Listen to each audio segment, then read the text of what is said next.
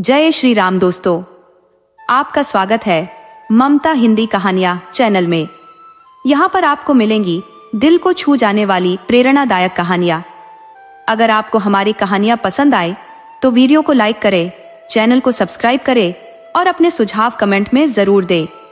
आपके सहयोग से आपका अपना चैनल ज्यादा से ज्यादा लोगों तक पहुंच पाए। धन्यवाद। बहुत समय पहले की बात है।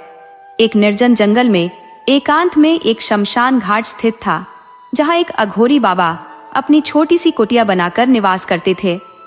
उन्होंने अपने जीवन को शिव जी की भक्ति में समर्पित कर दिया था और अनेक सिद्धियां प्राप्त की थी। दोस्तों, अघोरी का जीवन अत्यंत कठिन होता है। वे देवताओं की पूजा अर्चना में निमग्न रहते हैं। हम सामान्य लोग अपने परिवार से प्रेम करते हुए भी भगवान की पूजा करते हैं, लेकिन अघोरी केवल और केवल भगवान शिव को ही मानते हैं और उनकी भक्ति में ही तल्लीन रहते हैं। अब बाबा की उम्र हो चली थी। वे वृद्ध हो रहे थे और अपनी सिद्धियों के बल पर जान चुके थे कि उनका अंतिम समय निकट है। उन्होंने अपने जीवन भर की तपस्या से जो सिद्धियां प्राप्त की थी, वे किसी सच्चे शिव भक्त को सौंपना चाहते थे ताकि उनका दुरुपयोग न हो। इसी उद्देश्य से वे एक सच्चे भक्त की तलाश में गांव-गांव भटकने लगे। कई लोगों की परीक्षा ली, लेकिन कोई भी उस परीक्षा में सफल नहीं हुआ। अब बाबा अत्यंत व्याकुल हो गए। उन्होंने भगवान शिव से प्रार्थना की, हे भोलेनाथ, मैंने जीवन भर आपकी तपस्या की है। मैं चाहता हूँ कि मेरी सिद्धियां किसी योग्य व्यक्ति को सौंप दूं। हे प्रभु, मुझे किसी सच्चे भक्त से मिलवा दें। घूमते घूमते अघोरी बाबा एक अन्य गांव में पहुंचे। वहां एक घर के सामने रुक गए। उन्होंने देखा कि 16-17 वर्ष की एक कन्या स्नान करके आई थी। उसके आंगन में एक तुलसी का पौधा और एक शिवलिंग था। वह श्रद्धा पूर्वक पूजा कर रही थी। पूजा के बाद उसने आंगन में खड़े कुछ कुत्तों को रोटी डाली, फिर छत पर गई और वहां बैठे पंछियों को दाना डालकर आई। आंगन में बंधी गौमाता को भी चारा खिलाया और फिर भोजन करने बैठ गई। अघोरी बाबा यह सब देख रहे थे और मन ही मन प्रसन्न हो गए। उन्होंने भगवान शिव को धन्यवाद दिया कि उनकी तलाश पूरी हो गई है। उस कन्या को देखकर अघोरी बाबा सोचने लगे कि यह कन्या गांव में रहते हुए भी सात्विक जीवन जी रही है। उसकी भक्ति भावना में कोई बनावटीपन नहीं था। भोलेनाथ के प्रति उसकी अनन्य श्रद्धा स्पष्ट झलक रही थी। अघोरी बाबा उस लड़की का इंतजार करने लगे कि कब वह घर से बाहर आए। बाबा ने अपने तपोबल से जान लिया कि उसके परिवार में कौन कौन है। उस कन्या के परिवार में वह और उसकी माँ रहती थी। जब कन्या घर से बाहर आई तो उसने द्वार पर बैठे बाबा को देखकर हाथ जोड़कर प्रणाम किया और बोली, बाबा बताइए, मैं आपकी क्या सेवा कर सकती हूँ। अघोरी बाबा ने उसे आशीर्वाद देते हुए कहा, बेटी, मैंने तुमसे बहुत उम्मीदें लगा रखी हैं, लेकिन मेरी सेवा करना इतना सरल नहीं है। कन्या ने आदर पूर्वक कहा, बाबा, जैसा भी हमसे बन पड़ेगा हम अवश्य करेंगे। अघोरी बाबा ने उसे बताया कि वह किस उद्देश्य से वहां रुके हैं और अपनी पूरी बात कह दी। बाबा ने बताया कि उनका अंत समय निकट है और वह चाहते हैं कि अपनी सिद्धियों को किसी सच्चे भक्त को सौंप दे।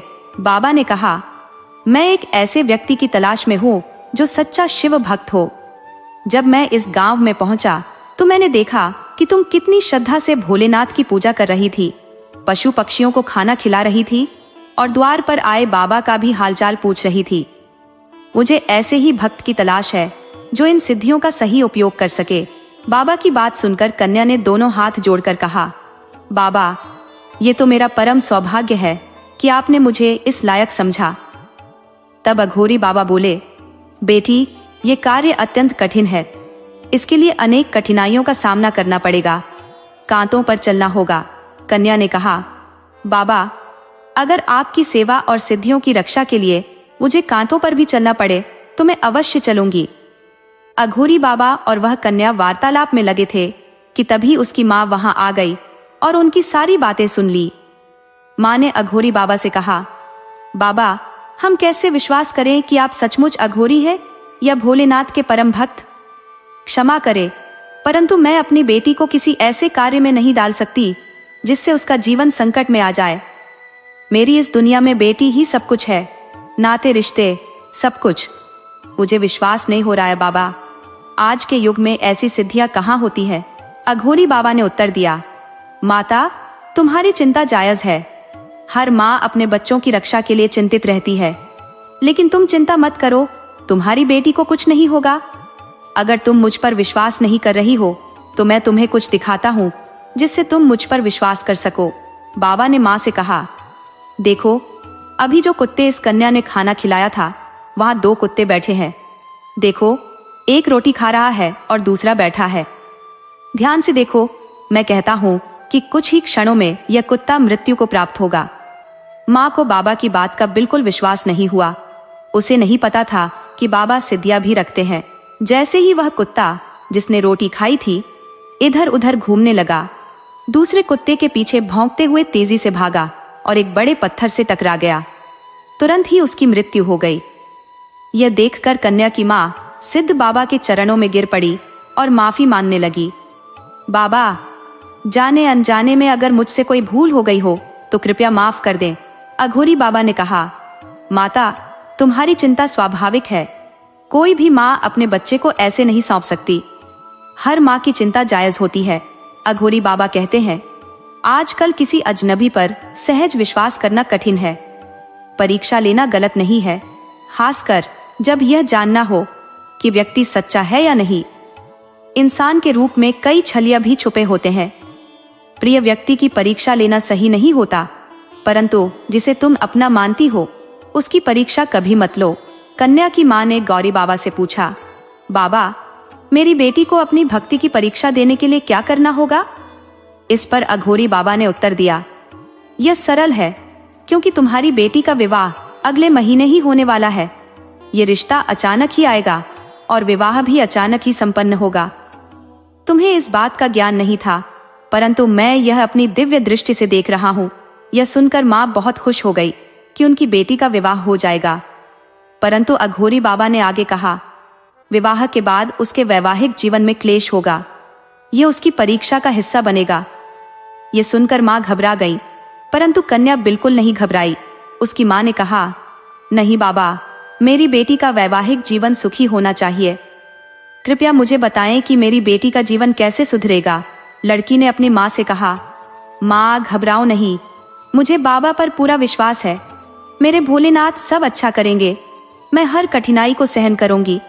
बाबा, कृपया बताएं मुझे क्या करना होगा। मैं हर परीक्षा देने के लिए तैयार हूँ।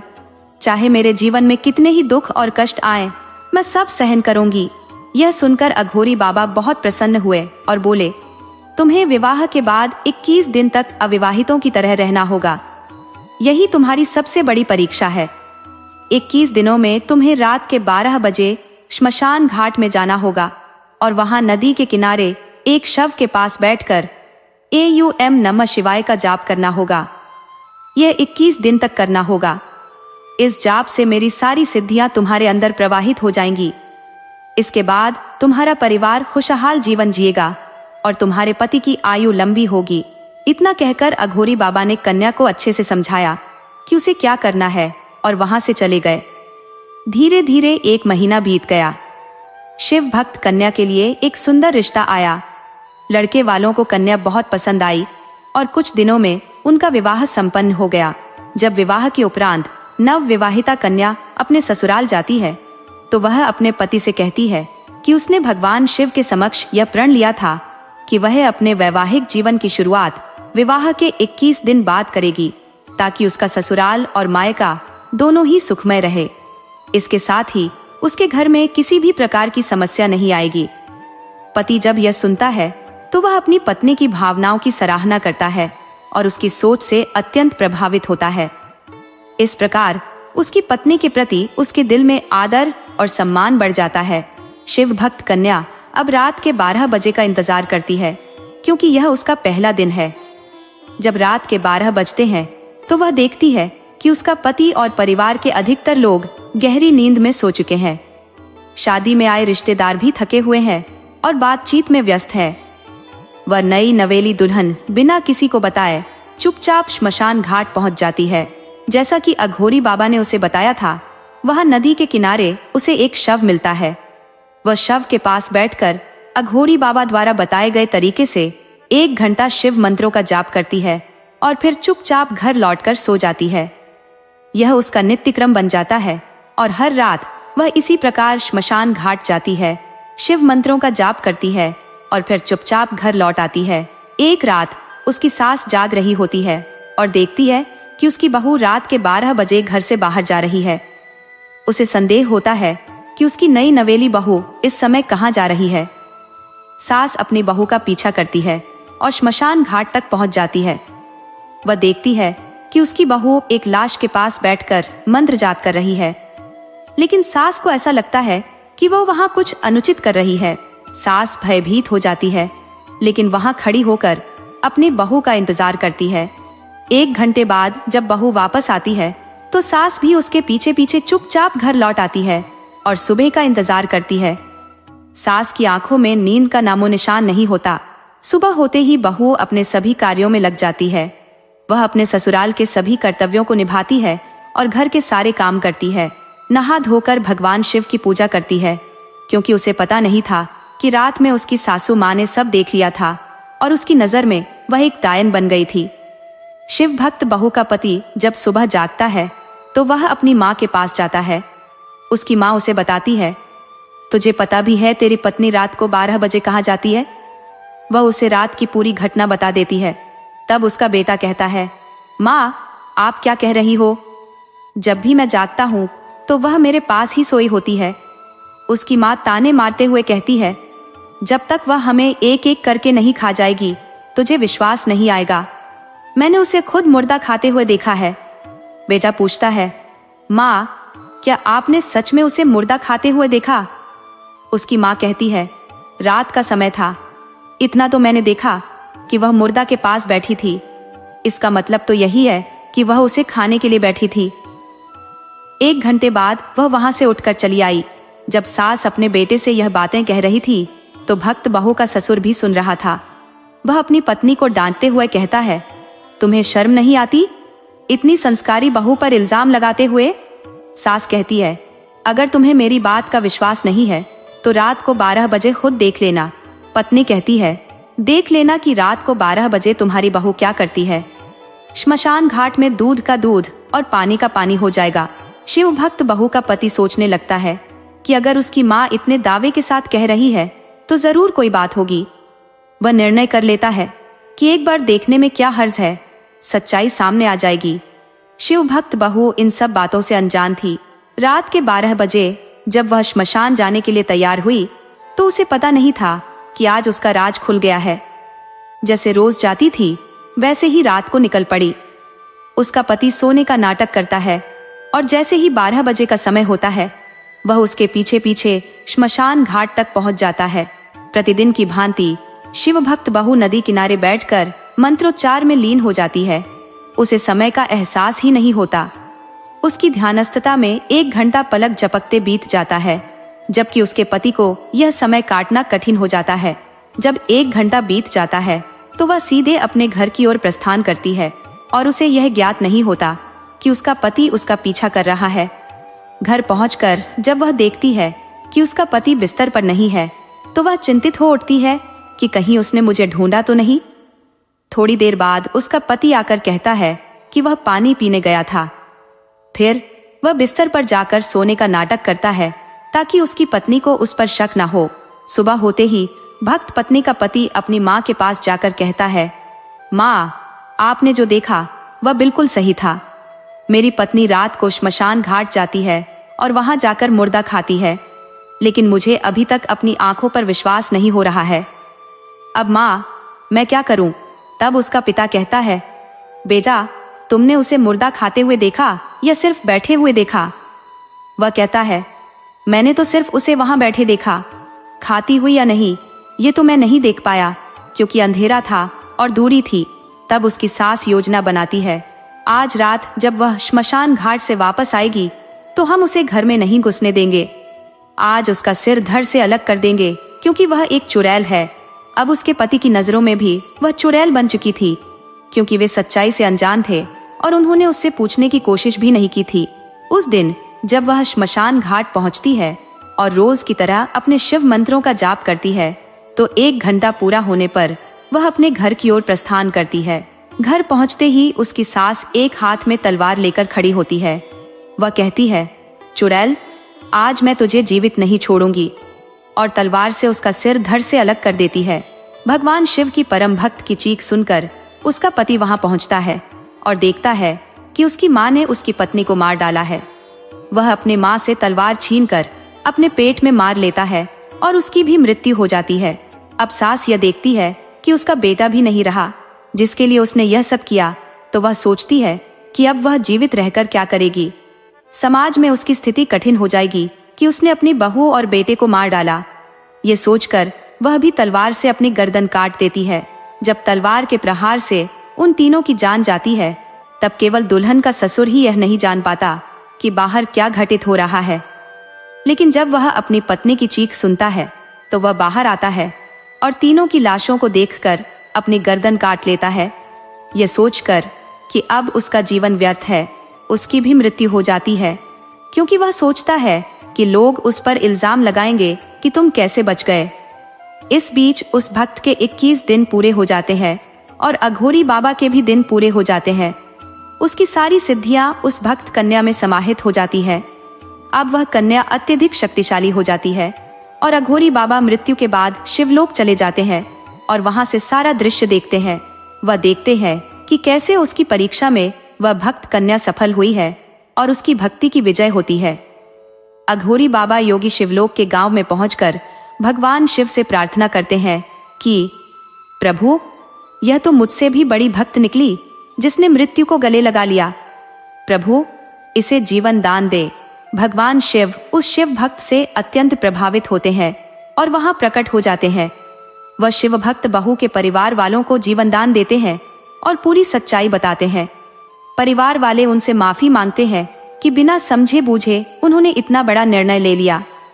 अब उनका परिवार सुख और चैन से रहने लगता है। उस भक्त कन्या को प्राप्त सिद्धियों का वह जन कल्याण के लिए उपयोग करती है। उसके ससुराल और पीहर दोनों ही खुशहाल हो जाते हैं। 9वें महीने में उसे एक सुंदर पुत्र की प्राप्ति होती है, जिससे उसके घर में खुशियों की कोई कमी नहीं रहती। उसका जीवन भी सुचारू रूप से चलने लगता है। उसका पति भी बहुत प्रेम करने वाला होता है और सास ससुर उसे अपने हाथों पर रखते हैं, ये मानते हुए कि उनके अच्छे कर्मों का फल उन्हें इतनी अच्छी बहू के रूप में मिला है। भोले बाबा की कृपा से उसकी सारी मनोकामनाएं पूरी होती हैं। दोस्तों, आपको कहानी कैसी लगी अपने सुझाव कमेंट करना न भूले। तो चलिए आज की अगली कहानी शुरू करते हैं।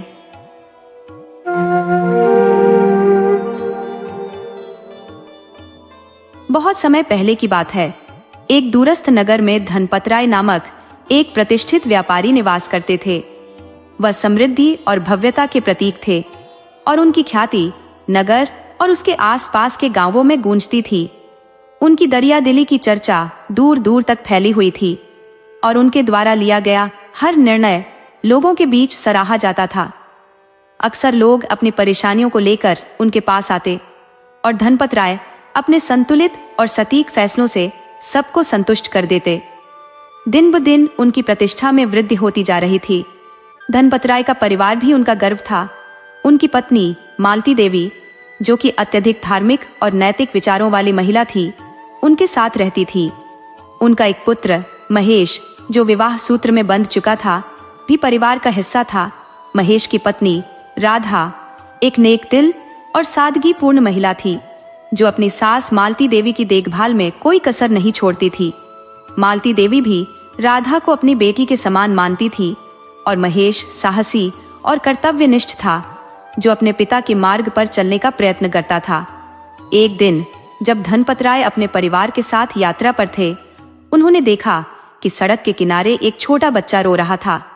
उनके हृदय में करुणा उमड़ आई और उन्होंने उस बच्चे को गोद में उठाकर उसे स्नेहपूर्वक पूछा कि वह कौन है और उसके माता पिता कहाँ है। काफी देर तक इधर उधर खोजने के बावजूद जब उसके माता पिता का कोई अता पता नहीं चला, तो धनपतराय उस बच्चे को अपने घर ले आए। उन्होंने उस बच्चे का नाम मोहन रखा और उसे अपने पुत्र की भांति पालने लगे। मोहन भी धनपतराय से गहरा लगाव रखता था और सभी परिवारजनों का आदर करता था। समय बीतने के साथ मोहन बड़ा होता गया, परंतु उसके हृदय में राधा के प्रति अपवित्र विचार पनपने लगे। उसकी दृष्टि राधा पर गंदी हो चली थी और यह विचार उसके मन में दिन ब दिन और प्रबल होते गए। नगर के आवारा युवकों के संग में पड़कर मोहन का यह पतन और भी गहरा होता गया। एक बार नगर में एक तांत्रिक ओघड़ बाबा आए और पूरे गांव ने उनका स्वागत किया। हर कोई अपनी सामर्थ्य अनुसार उनकी सेवा में लगा हुआ था, लेकिन मोहन के मन में कुछ और ही कुटिलता चल रही थी। रात को जब पूरा गांव गहरी नींद में सो गया, मोहन शराब की बोतल और मुर्गा लेकर उस शमशान में जा पहुंचा जहां ओघड़ बाबा रुके हुए थे। पहले तो बाबा ने मोहन को जमकर फटकार लगाई और वहां से भाग जाने को कहा, परंतु मोहन न सिर झुकाए वहां बैठा रहा। आखिरकार बाबा ने उसे अपने पास बैठा लिया और गुस्से से पूछा, क्या चाहिए तुझे पुत्र? मोहन ने बाबा के चरणों में गिरकर अपनी इच्छा प्रकट की और बाबा के क्रोध की आग धीरे धीरे ठंडी पड़ गई। मोहन ने पहले कहा, बाबा पहले आप प्रसाद ग्रहण करें। ओघड़ बाबा ने जीवित मुर्गे को अपने नाखूनों से उधेड़कर खाने लगे। उनके चेहरे पर, दाढ़ी और मूंछों पर खून के धब्बे जमने लगे, जिससे उनका चेहरा भयावह हो गया।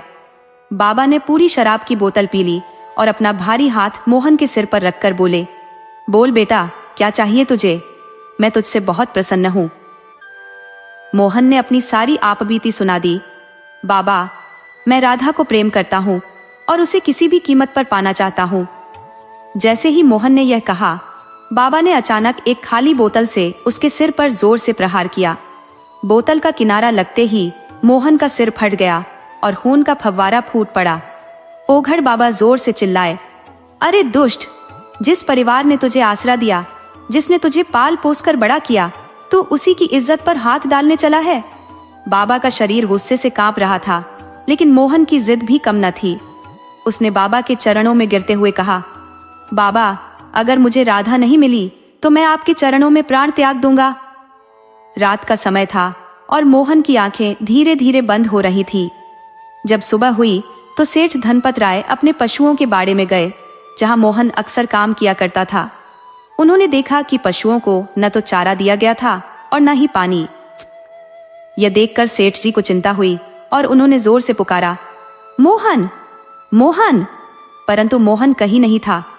सेठ जी ने गांव वालों के साथ मिलकर पुलिस में रिपोर्ट दर्ज कराई और खुद भी अपने दोस्तों के साथ उसकी खोजबीन में जुट गए, लेकिन मोहन का कोई अता पता नहीं चला।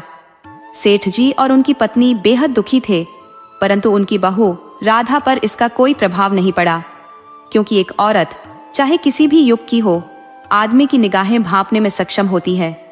समय बीतता गया, 5 साल गुजर गए और मोहन की यादें धीरे धीरे धुंधली पड़ने लगी। इसी बीच राधा ने 3 बार गर्भधारण किया, लेकिन हर बार उसका गर्भ नष्ट हो गया। बड़े से बड़े डॉक्टर और तांत्रिक भी हार मान चुके थे, लेकिन राधा ठीक नहीं हो रही थी। अब वह उदास और खोई खोई रहने लगी थी। रात को कभी कभी वह नींद में उठकर चिल्लाती, मुझे श्मशान जाना है, मुझे श्मशान जाना है। लेकिन उसकी बीमारी का कोई उपचार नहीं हो पाया। धीरे धीरे राधा इतनी कमजोर हो गई कि उसकी हड्डियां ही दिखाई देने लगी। उस दिन अमावस्या से एक दिन पहले राधा ने अपने पति महेश को पास बुलाया और बेहद गंभीर स्वर में बोली, सुनिए, कल शाम तक मेरी मौत हो जाएगी। महेश ने तुरंत उसे चुप कराने की कोशिश की। उसकी बातों को काटते हुए कहा, ऐसा कुछ नहीं होगा, मैं तुम्हें बचा लूंगा। मैं तुम्हारा सबसे बेहतरीन इलाज करवाऊंगा, चाहे किसी भी शहर जाना पड़े। लेकिन राधा ने उसका हाथ धीरे से हटाते हुए कहा, मेरी बात सुनिए, मैं अपनी प्राकृतिक मृत्यु नहीं मर रही हूं। जो कोई है जो मुझे पाना चाहता है और मेरे अंतिम संस्कार के बाद मुझे अपने साथ ले जाएगा। अगर आप मुझे बचा सकते हैं तो अभी बचा लीजिए। महेश उसकी बातों से आहत होकर रोने लगा और बोला, राधा, ये कैसी बातें कर रही हो तुम? राधा की आवाज में एक सन्नाटा था। ये सब सत्य है। महेश ने उसकी बातों को अस्वीकारते हुए कहा, तुम्हें ये सब किसने बताया? राधा ने उत्तर दिया, मैं शिवजी की आराधना करती हूँ और मंदिर में सिद्ध बाबा है जिन्होंने मुझे ये सब बताया है। महेश, जो अब अपने गुस्से और आशंका को काबू में नहीं रख पा रहा था, तुरंत मंदिर की ओर दौड़ा और बाबा के सामने पहुंचते ही बोला, बाबा, आपने मेरी पत्नी के दिमाग में ये क्या भर दिया है? वो कह रही है कि कल उसकी मृत्यु हो जाएगी। ये सब बातें कहां से आ गई उसके मन में? सिद्ध बाबा ने शांत स्वर में उत्तर दिया, पुत्र, मैंने जो कहा वह सत्य है, परंतु तुम्हारी पत्नी पुनः जीवित हो सकती है अगर तुम्हारे अंदर इच्छा शक्ति और साहस है। यदि तुम तैयार हो तो मैं तुम्हें उपाय बता सकता हूं जिससे तुम उसे वापस पा सको। महेश लगभग गिड़गिड़ाते हुए बोला, बाबा, मुझे क्या करना होगा? मैं अपनी पत्नी के लिए कुछ भी कर सकता हूँ। तब बाबा ने उसे एक अभिमंत्रित तलवार और पीली सरसों के दाने दिए और समूचा मार्गदर्शन दिया। महेश ने यह सारी बातें परिवार से छिपाकर रखी। राधा के पास जाकर उसने बस इतना कहा, तुम घबराना मत, मैं हर पल तुम्हारे साथ हूँ। पर अंदर से महेश का दिल टूट रहा था, उसकी आंखों से आंसू बह रहे थे। अगले दिन दोपहर होते होते राधा ने संसार को छोड़ दिया। घर में शोक की लहर दौड़ गई। शाम होते होते राधा के मायके वाले और अन्य रिश्तेदार इकट्ठा हो गए। अंतिम संस्कार की तैयारियां शुरू हो गई। गांव की स्त्रियों ने राधा का 16 श्रृंगार किया और उसकी अंतिम विदाई की तैयारियां होने लगी। गांव के पास जो श्मशान था वहीं राधा की चिता सजाई गई थी। महेश ने अपने कांपते हाथों से उसे मुखाग्नि दी और जैसे ही वह लौटा उसके कदम तो घर आ गए, मगर उसकी आत्मा वहीं श्मशान में ठहर गई थी। उसका मन बेचैनी से घड़ी की सुइयों पर टिका था, जैसे वह किसी बड़े अनहोनी के इंतजार में था। परिवार के सभी लोग श्मशान से लौट गए थे, मगर महेश के मन में किसी अनकही योजना का बीज अंकुरित हो चुका था। इसी बीच सिद्ध बाबा वहां आए और परिवार के सदस्यों से बोले, मुझे महेश से अकेले में कुछ बातें करनी है। बाबा की यह कहते ही लोग आपस में कानाफूसी करने लगे, क्योंकि महेश को मुखाग्नि देने के बाद रीति के अनुसार कहीं जाने की अनुमति नहीं थी। फिर भी बाबा के कहने पर महेश रुका और बाबा ने उसे चेताया, आज की रात तुम्हारे लिए भयानक हो सकती है बेटा। मैंने तुम्हें जो अभिमंत्रित तलवार और सरसों दी है वे तुम्हारी रक्षा करेंगी, लेकिन याद रखना, जैसे ही राधा की चिता से उसका हाथ उठाओगे उस तांत्रिक का सिर एक ही वार में धड़ से अलग करना होगा, नहीं तो तुम्हारी जान खतरे में पड़ जाएगी। महेश ने बाबा की बातों को गंभीरता से सुना और सरसों के दानों को मधु पर छिड़कते रहने का निर्देश भी ध्यान में रखा, जब तक वह गांव की सीमा में न पहुंच जाए। रात के गहरे सन्नाटे में जब सारा परिवार नींद में डूब चुका था, महेश चुपके से उठा। उसने तलवार और सरसों संभाली और श्मशान की ओर चल दिया। श्मशान पहुंचकर उसने अपने कपड़े उतार दिए और नग्न अवस्था में श्मशान के एक कोने में छिप गया। अमावस की उस घनी काली रात में वह किसी प्रेत की भांति लग रहा था। वहां का सन्नाटा और दूर से आती रहस्यमय आवाजें माहौल को और भयावह बना रही थीं। अचानक काले कपड़ों में एक खौफनाक शख्स श्मशान घाट में दाखिल हुआ। उसने अपने साथ पूजा सामग्री और एक काला धागा निकाला। वह धीरे धीरे चिता के चारों ओर धागा लपेटने लगा, साथ ही कुछ मंत्र भी बुदबुदाता जा रहा था। धागा लपेटने के बाद उसने खोपड़ी में भरे जल को चिता पर छिड़का और तभी महेश की आंखों के सामने वह दृश्य प्रकट हुआ, जिसे देख उसकी सांसें थम गई। राधा की चिता पर वह नग्न अवस्था में पुनः जीवित हो उठी। महेश का हृदय भय से कांप उठा, परंतु वह किसी तरह अपने डर पर काबू पाते हुए स्थिति को समझने की कोशिश करने लगा। अब सिर्फ 5 मिनट शेष थे मध्य रात्रि के घड़ी में। वह अजनबी तांत्रिक ने एक अभिमंत्रित कील निकाली और राधा की खोपड़ी में ठोंकने लगा। हर एक मिनट में वह एक वार करता और उसके हर प्रहार के साथ महेश का हाथ तलवार की मूठ पर और मजबूत होता जाता। जैसे ही आखिरी प्रहार हुआ, राधा की निष्प्राण देह एक झटके में उठकर बैठ गई। वह श्मशान की चिता पर बैठे हुए बोली, स्वामी, मुझे अपने साथ ले चलो, और उसका हाथ चिता से बाहर की ओर बढ़ गया। महेश के भीतर दहशत और साहस का संघर्ष चरम पर था, पर उसने तुरंत अपनी तलवार तानी और एक ही वार में उस तांत्रिक का सिर उसके धड़ से अलग कर दिया। उसने फुर्ती से राधा का हाथ थामा और उसे खींचते हुए श्मशान से बाहर लाने लगा। वहां उपस्थित भूत प्रेतों ने उसे रोकने की भरसक कोशिश की, परंतु महेश मंत्रित सरसों को लगातार फेंकते हुए आगे बढ़ता रहा, जैसे वह अदृश्य बाधाओं को तोड़ रहा हो। जब वह गांव की सीमा पार करके नगर की सीमा में पहुंचा, राधा अचानक बोली, क्या आप मुझे ऐसे ही घर ले चलेंगे? उसकी आवाज में एक रहस्यमयी खनक थी और महेश उसे देखता ही रह गया। राधा बिल्कुल वैसी ही थी जैसी वह उसे ब्याह कर लाया था। जो मृत्यु से पहले मात्र हड्डियों का ढांचा बन चुकी थी, अब वही राधा पुनः जीवंत थी। परंतु महेश के भीतर कुछ अव्यक्त भय अभी भी पल रहा था। राधा ने थोड़ी नाराजगी भरे स्वर में कहा, आप सुन नहीं रहे? मुझे शर्म आ रही है, ऐसे कैसे घर ले चलोगे? महेश ने सिर झुकाकर जवाब दिया, सब कुछ इतनी जल्दी हुआ कि मैं कपड़े भी लाना भूल गया। राधा हल्का मुस्कुराई और बोली, घेर के पास हमारा एक बिटोड़ा है, आप मुझे वहीं छोड़ दें और घर से कपड़े ले आइए। महेश ने बिना कुछ कहे राधा को घेर के पास छोड़ा और कपड़े लेने घर की ओर बढ़ा। रास्ते में उसे ख्याल आया कि घर में कई लोग होंगे, इस तरह वहां पहुंचना ठीक नहीं। उसने आसपास देखा और सेठ जी की धोती खूंटी पर टंगी हुई देखी। उसने धोती उतारी और उसे अपने तन पर लपेटकर घर पहुंचा। घर पहुंचकर उसने जोर से आवाज लगाई, माँ, बहू के कपड़े दे दो। उसकी चीख सुनकर पड़ोसी भी इकट्ठा हो गए और उसकी माँ ने दरवाजा खोला। अपने बेटे को देखकर वह जोर जोर से रोने लगी। महेश बोला, माँ, तेरी बहू के कपड़े कहाँ हैं? वो घेर में बिना कपड़ों के बैठी है। ये सुनते ही उसकी माँ और भी जोर से विलाप करने लगी, हे भगवान, पहले मेरी बहू को ले लिया, अब मेरा बेटा भी पागल हो गया है, हमें उठा ले प्रभु। महेश ने उत्तेजित स्वर में कहा, माँ, जल्दी करो, कपड़े लाओ बहू के। उसकी रोती हुई आवाज सुनकर सेठ साहब समेत अन्य रिश्तेदार भी वहां आ पहुंचे। एक वृद्ध रिश्तेदार बोले, माँ जी, आप कपड़े लाकर दे दीजिए, इसके दिमाग का भ्रम अभी दूर हो जाएगा, नहीं तो क्या पता बाद में आप अपने बेटे से भी हाथ धो बैठे। महेश की माँ अपने आंसुओं को थामते हुए बहू के कपड़े लेकर आई और महेश के हाथों में रख दिए।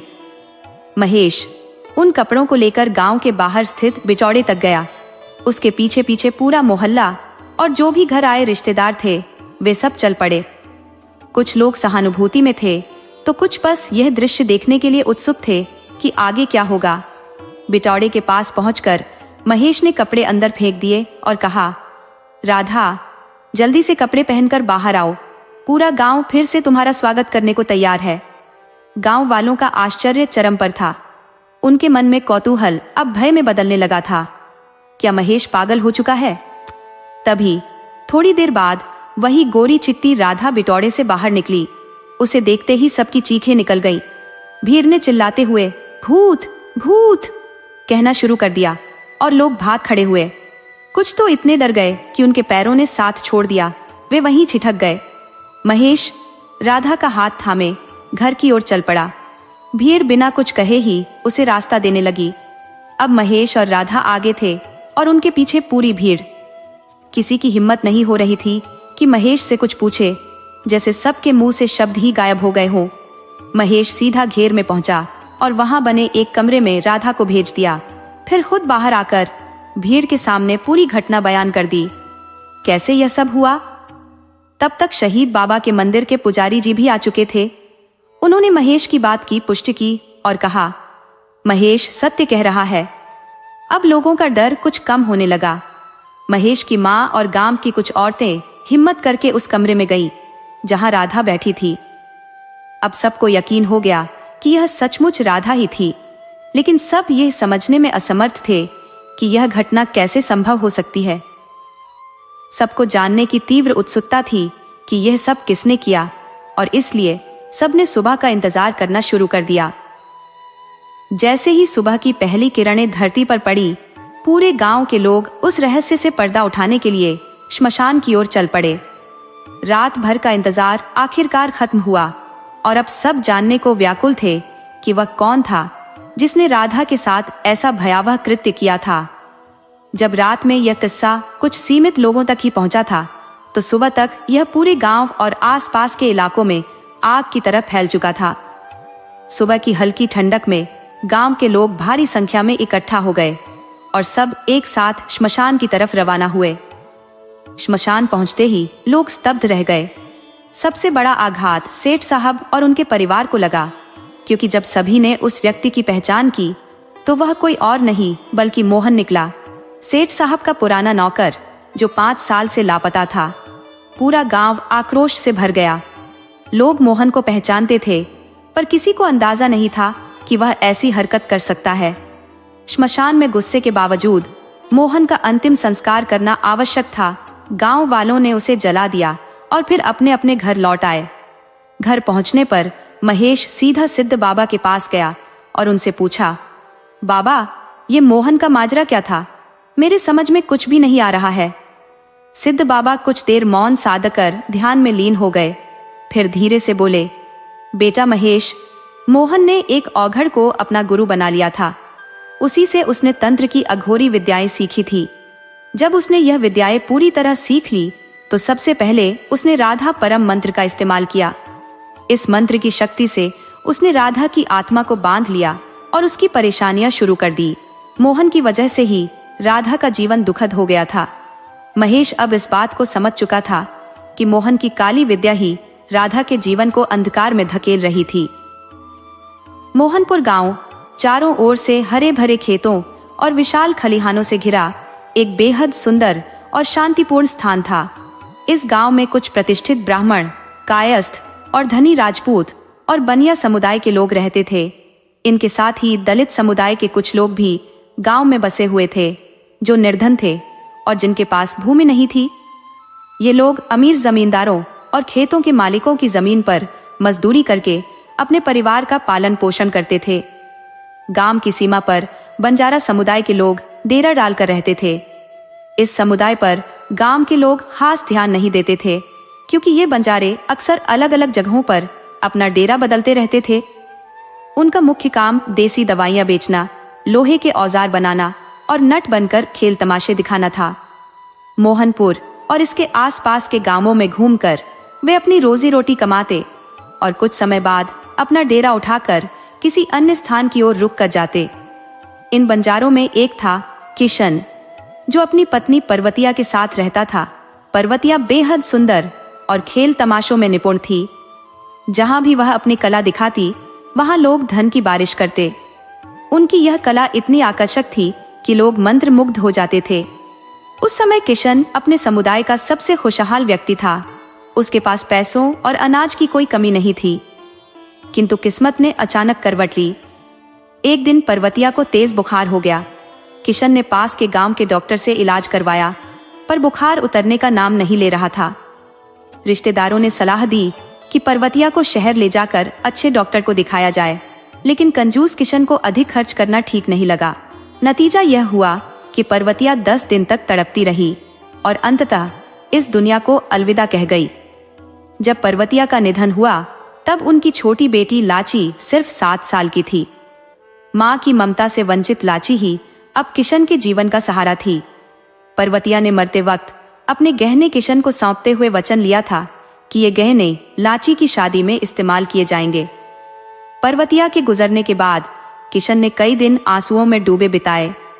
फिर किसी तरह उसने अपने रोजमर्रा के काम में लौटने की कोशिश की। कभी वह देसी बूटी इकट्ठा कर बाजार में बेचने जाता, तो कभी लोहे को पीट पीट कर औजार बनाकर खेल तमाशा भी कभी कभी दिखाता। लेकिन अब उसकी आमदनी पहले जैसी नहीं रही। उसके हाथों की मेहनत में वह पहले जैसी बात नहीं थी और उसे अकेले ही अपनी बेटी लाची की देखभाल करनी पड़ रही थी। किशन की बिरादरी के लोगों ने उसे फिर से शादी करने की सलाह दी, लेकिन वह लाची से बेहद प्यार करता था और उसे सौतेली माँ के हवाले नहीं करना चाहता था। ठाट बाट से रहने की आदत किशन की अब भी गई नहीं थी। वह अपनी बेटी के लिए महंगे खिलौने और कपड़े लाता, खुद भी अच्छे खाने पीने का शौकीन था। धीरे धीरे उसकी जमा पूंजी खत्म होने लगी और उसका हाल गरीबों जैसा हो गया। लाची अब बड़ी हो रही थी, 12-13 साल की हो चुकी थी और अपनी माँ की तरह सुंदर दिखाई देने लगी थी। वह अब अपने पिता का ख्याल रखने लगी थी। जब वह छोटी थी तो किशन उसे अपने साथ ही सारा काम करता था।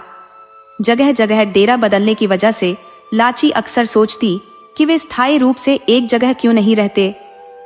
किशन उसे समझाता, हम बंजारों की जिंदगी ही ऐसी होती है बेटी, हम एक जगह नहीं टिकते। जब किशन घर से बाहर काम करने जाता तो लाची उसके लिए खाना बनाकर रख देती और उसके लौटने पर उसे परोसती।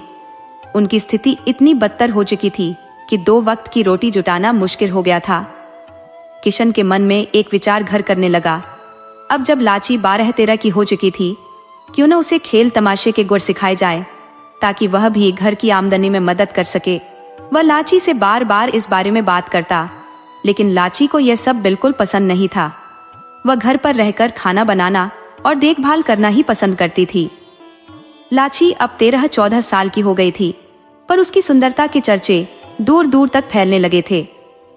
गांव और आसपास के लड़के उसके देरों के पास मंडराने लगे थे। किशन अपनी बेटी की सुंदरता देखकर खुश होता और चाहता था कि वह भी अपनी मां की तरह खेल तमाशे में महारत हासिल कर ले, ताकि पहले की तरह पैसे की बारिश हो। परंतु लाची को इन करतबों में दिलचस्पी बिल्कुल नहीं थी। वह अपने बापू के साथ गांव शहर घूमती, औरतों को सुंदर घरों में खुशी से अपने परिवार के साथ देखती। छोटे छोटे बच्चे उन घरों में खेलते रहते और उसे यह स्थायी जीवन बहुत भाता। लाची के सपनों में भी वही जीवन होता, एक ऐसा घर जहां उसे अपनी जगह मिले। वह अक्सर सोचा करती कि बंजारों का जीवन ऐसा क्यों है।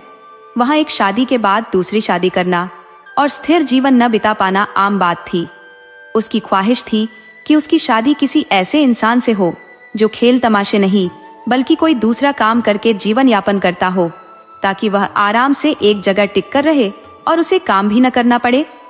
परंतु उसे यह मालूम नहीं था कि सपनों का सच होना इतना आसान नहीं होता। इसी तरह दिन बीतते गए। लाची देखते देखते बड़ी हो रही थी। किशन अब अपनी बेटी से खुश नहीं था। वह अक्सर सोचता, अगर लाची उसकी बात मान लेती तो उसे इस बदहाली का जीवन न जीना पड़ता।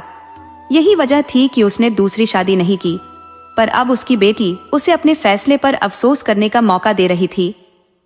किशन का चचेरा भाई मुरली एक दिन आखिर पूछ बैठा, भैया, हमारी बिरादरी के सभी बच्चे तो पुश्तैनी काम सीखते हैं, फिर लाची को तुम क्यों नहीं सिखाते? आखिर उसके लिए ये कितना जरूरी है? किशन ने लंबी सांस लेकर कहा, मुरली, इस लड़की की तो मति ही मारी गई है।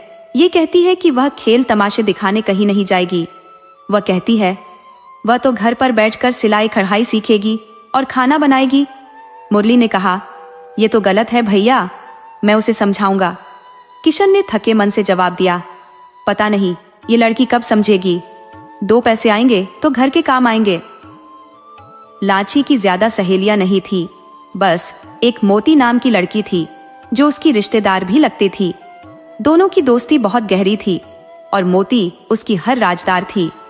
वह अक्सर लाची को छेड़ा करती, अरे लाची, तेरे लिए तो कोई राजकुमार घोड़े पर चढ़कर आएगा क्या, जो तुझे ब्याह कर रानी बनाएगा। लाची हंसते हुए जवाब देती, मैं उसी का तो इंतजार कर रही हूँ, लेकिन हमारी किस्मत में ऐसा राजकुमार कहाँ है जो हमें महल दे दे। मुझे तो बस एक झोपड़ी चाहिए जहां मैं अकेली रानी रहूं। क्या मेरी किस्मत में इतना भी नहीं? मोती उसके बाल गूंथते हुए उसे दिलासा देती, लाची, तुम इतनी सुंदर हो कि कोई भी राजकुमार तुम पर मोहित होकर तुम्हें महलों की रानी बनाएगा। और फिर दोनों सहेलियां जोर से हंस पड़ती। कभी कभी लाची और मोती फूल चुनने चली जाती, तो कभी दोनों मिलकर नए नए काम सीखने में जुट जाती। लाची के दिन यूं ही गुजर रहे थे और कम औकीमा भी उसे बेइंतहा स्नेह देती थी। अक्सर खाली समय में कुछ स्वादिष्ट पकवान बनाकर लाची को खिलाती, उसके बाल संवारती और लाची उसे प्यार से मौसी कहती और उनके गले लग जाती। घर पर रहना उसके लिए एक चुनौती बन गया था, क्योंकि बापू हमेशा उसे डांटता और शायद ही कभी ढंग से बात करता। अब तो लाची की मौजूदगी बापू को बर्दाश्त ही नहीं होती थी। जैसे वो बेटी जिसे उसने बड़े नाजों से पाला था, अब उसकी सबसे बड़ी निराशा बन गई हो। जिस वक्त उसे अपनी बेटी से सुख की उम्मीद थी, उसी ने उसकी तमाम आशाओं पर पानी फेर दिया था। शायद उसे पालते हुए किसान के मन में यह ख्याल आया हो कि एक दिन लाची उसके लिए एक मजबूत बैंक बैलेंस की तरह काम करेगी, लेकिन लाची ने उसकी सभी उम्मीदों को चकनाचूर कर दिया था। एक दिन इसी सोच विचार में डूबा किसान कम ओकीमा की माँ भगवती के डेरे पर पहुंचा। भगवती ने किसान को बैठाकर चिलम और पानी की पेशकश की। कुछ देर बाद किसान ने अपनी बात रखते हुए कहा, भगवती, मैं एक जरूरी बात के लिए तुम्हारे पास आया हूँ। लाची तुमसे बहुत लगाव रखती है और तुम भी उसे अपनी बेटी जैसा प्यार देती हो। मैं चाहता हूँ कि तुम उसे समझाओ। भगवती ने आश्चर्य से पूछा, क्या बात है किसान? लाची के हक में कोई बात होगी तो मैं उसे जरूर समझाऊंगी। किसान और भगवती ने देर तक बातें की। फिर किसान विदा लेकर चला गया। उधर मोहनपुर गांव से बंजारों का डेरा उठने वाला था। अब वहां कोई खास कमाई नहीं हो रही थी, इसलिए सारे बंजारे अपना सामान समेटने लगे। लाची भी अपने बापू के साथ बर्तन भांडे और अन्य सामान पैक कर रही थी। सच कहे तो लाची का मन मोहनपुर छोड़ने का बिल्कुल नहीं था। उसे इस गांव से कुछ ज्यादा ही लगाव हो गया था। यहाँ के बाग बगीचे, तालाब और इमली के पेड़ उसे बेहद भाते थे। घंटों इमली तोड़कर खाना और तैरती मछलियों को देखना उसके दिल के करीब था, मगर अब जाना ही था। बापू उसे समझाते हुए कह रहा था, देख लाची, दुख मत कर, हमें डेरे तो बदलने ही पड़ते हैं, जल्दी करो, नहीं तो सब आगे निकल जाएंगे और हम पीछे रह जाएंगे। फिर उसने मजाक में कहा, और तुम कोई ससुराल तो नहीं जा रही हो जो इतना दुख मना रही हो? लाची ने पूछ लिया। हम कहाँ जा रहे हैं बापू? बापू ने बताया, पास के रहमतपुर गांव जा रहे हैं। बहुत अच्छा गांव है, वहां जमींदारों का राज है, कमाई भी ठीक ठाक हो जाती है और खेल तमाशे भी वहां खूब पसंद किए जाते हैं। वैसे भी तुम भी खेल तमाशे सीख लो, मुझे अकेले कितना काम कराओगी? मेरी उम्र भी अब बढ़ रही है। तेरी माँ जब तक थी मेरा सहारा थी, उसके बाद से मैं बिल्कुल अकेला पड़ गया हूँ। कमो कीमा की माँ भगवती ने भी लाची को बहुत बार समझाया था कि वह अपने पिता की मदद करे, मगर लाची के मन में कुछ और ही खिचड़ी पक रही थी। अब लाची को एहसास होने लगा था कि उसके बापू की सोच गलत नहीं थी। अकेले काम करके बापू थक जाता है और अब उसे उसका सहारा बनना चाहिए। बापू ने कम्मो की माँ से अपने दुख दर्द बांटे तो उसने लाची को समझाते हुए कहा कि कोई भी हुनर सीखना गलत नहीं होता और कोई काम छोटा नहीं होता। किस्मत के खेल अनजाने होते हैं और शायद किसी दिन लाची के सपने सच हो जाए। इन बातों पर विचार करके लाची ने अपने बापू का हाथ थामकर उसे यकीन दिलाया कि अब वह साथ खड़ी रहेगी। ये देख बापू की आंखों में खुशी के आंसू भर आए, क्योंकि वह अब तक गरीबी से तंग आ चुका था। काम का बोझ उसे निढाल कर देता था। शाम तक बंजारों का डेरा मोहनपुर से उठ गया था और उन्होंने अपना रुख रहमतपुर की ओर किया। जैसे जैसे सूरज ढलता गया, वे अपने सामान के साथ रहमतपुर की सीमा पर पहुंच गए। वहां जाकर देखा कि दूसरी जगहों से आए कुछ और बंजारों ने पहले से ही अपने तंबू गाड़ रखे थे, जिससे उन्हें थोड़ी निराशा हुई। हालांकि हिम्मत नहीं हारते हुए उन्होंने अपने डेरे थोड़ी दूरी पर लगा लिए। थोड़ी देर बाद दूसरे बंजारा समुदाय के प्रमुखों ने उनसे मिलकर रहमतपुर के हालातों पर चर्चा की। गांव अमीरों का था, दिलदार लोग रहते थे और आसपास के गांवों में भी अच्छी कमाई हो सकती थी। दोनों समुदायों के प्रमुखों ने इलाके बांटने का निर्णय लिया और सब सहमति में सिर हिलाने लगे। 3 दिन बीत गए। लाची और किशन अब इस नए जीवन के साथ ढलने लगे थे। लाची ने कम्मो की माँ और किशन से खेल तमाशों की कला सीखनी शुरू कर दी। वह धीरे धीरे गांव के अलग अलग हिस्सों में जाकर तमाशे दिखाने लगी। लाची को इन कामों में दिलचस्पी लेनी ही पड़ी, भले ही उसके मन में कहीं और सपने पल रहे थे। उन सपनों पर अभी राख जरूर पड़ी थी, पर एक चिंगारी ही उसे फिर से जीवित कर सकती थी। लाची के सपने कहीं दब गए थे, मगर वे पूरी तरह खत्म नहीं हुए थे। बस उस चिंगारी की तलाश में थे। उसकी सहेली कम्मो समझती थी कि लाची के भीतर कुछ बड़ा पल रहा है और वह उस पर नजर रखती थी। धीरे धीरे लाची ने रस्सी पर चलना, कलाबाजियां दिखाना और अन्य तमाशे के हुनर सीख लिए। उसकी सुरीली आवाज में सरस्वती का वास था और कला में वह माहिर हो गई थी। अब वह 14 साल की हो चली थी, लेकिन दिखने में वह 16-17 साल की लगती थी। 6 महीने बीत गए और वह रहमतपुर और आसपास के गांवों में तमाशे दिखाती रही। लाची के डेरे से थोड़ी ही दूरी पर दूसरे बंजारों का एक और डेरा था, जो सुखी नाम के बंजारे का था। वह अपनी बेटी कल्पी और बेटे राजू के साथ रह रहा था। राजू एक आकर्षक 17-18 साल का युवक था, जिसमें एक नई पीढ़ी का जोश और उत्साह था। अपने पुश्तैनी कामों में उसकी रुचि तो थी ही, पर साथ ही पढ़ाई लिखाई में भी उसका गहरा झुकाव था। जहां भी जाता वह स्कूलों में जाकर अक्षर ज्ञान प्राप्त करता और खाली समय में कुछ न कुछ पढ़ता रहता था। राजू और लाची का प्यार धीरे धीरे परवान चढ़ने लगा था। दोनों का मिलना जुलना अब एक आदत बन चुकी थी। लाची जब भी पास के तालाब से पानी लेने जाती तो राजू को किसी न किसी काम में व्यस्त देखती। कभी उसे लोहे के औजार बनाते हुए देखती तो कभी लकड़ियां काटते हुए। उसका मन तो करता था कि राजू से कुछ बातें करे, लेकिन झिझक उसे रोक लेती। एक दिन जब लाची तालाब से पानी लेकर लौट रही थी, राजू ने हिम्मत जुटाकर उसे टोक ही दिया। अरे, रोज तुझे देखता हूँ, तेरे डेरे में रहती है क्या? क्या नाम है तेरा? लाची एक पल को ठिठक गई। उसने कभी सोचा भी नहीं था कि राजू उससे बात करेगा। थोड़ी हिचकिचाहट के बाद वह बोली, मेरा नाम लाची है, मेरे बापू का नाम किशन है और हमारा डेरा उस तरफ है। कभी आना बापू से मिलने। राजू ने हंसते हुए कहा, अरे, मैं तुझी से मिलने आऊंगा, तेरे बाप से क्यों? ये सुनकर लाची शर्मा गई और अपने बर्तन लेकर भाग खड़ी हुई। इस घटना के बाद दोनों के बीच धीरे धीरे प्यार गहराने लगा। राजू अक्सर लाची के डेरे पर जाने लगा और किशन से भी उसकी अच्छी बन गई। लाची और राजू अब छुप छुप कर जंगल में मिलने लगे। राजू लकड़ियां काटने के बहाने जाता और लाची कंदमूल इकट्ठा करने। दोनों घंटों वहां बैठकर अपने दिल की बातें करते रहते।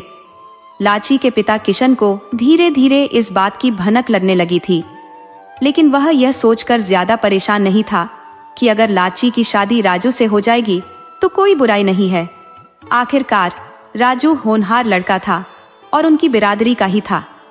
किशन ने सोचा कि शादी में खर्चा भी बचेगा और दोनों परिवार मिलकर अच्छे से गुजारा कर लेंगे। राजू के पिता सूखी और किशन की भी अच्छी दोस्ती हो गई थी। दोनों परिवारों के बीच रिश्ते अब और भी मजबूत हो गए थे। एक दिन जब लाची महुआ बीनने जंगल गई तो राजू पहले से ही उसका इंतजार कर रहा था। लाची उसके पास बैठ गई और उसके कामों की तारीफ करने लगी। कितने काम करता है तू? कभी लोहे को पीटता है, कभी लकड़ियां काटता है और फिर खेल भी दिखाता है। तुझे कितनी मेहनत करनी पड़ती है। राजू मुस्कुराते हुए बोला, तुझे रानी बनाकर रखने के लिए पैसे तो जमा करने होंगे ना लाची, मेहनत तो करनी ही पड़ेगी। लाची ये सुनकर शर्मा गई और बोली, राजू, क्या हमारे लगन के लिए सब मान जाएंगे? राजू ने उसे भरोसा दिलाते हुए कहा, तू फिक्र मत कर, सब मुझ पर छोड़ दे। इसके बाद दोनों फिर से अपनी प्रेम भरी बातें करने लगे। जब धूप सर पर चढ़ने लगी तो दोनों ने सोचा कि अब वक्त हो गया है और हंसी खुशी डेरे की ओर लौट चले। शाम का धुंधलका गिरने लगा था। लाची अपने पिता के लिए भोजन तैयार करने की कोशिश में लगी हुई थी। इतने में उसकी घनिष्ठ सहेली कमो उसके घर आकर उसके पास बैठ गई। लाची ने पूछा, कहाँ गायब हो गई थी तो? आजकल तुझे ढूंढना मुश्किल हो गया है, मिलने का भी वक्त नहीं निकालती।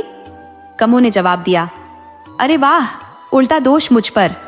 मैं तो तुझसे मिलने आई थी, तुझे ही मेरी फिक्र नहीं है।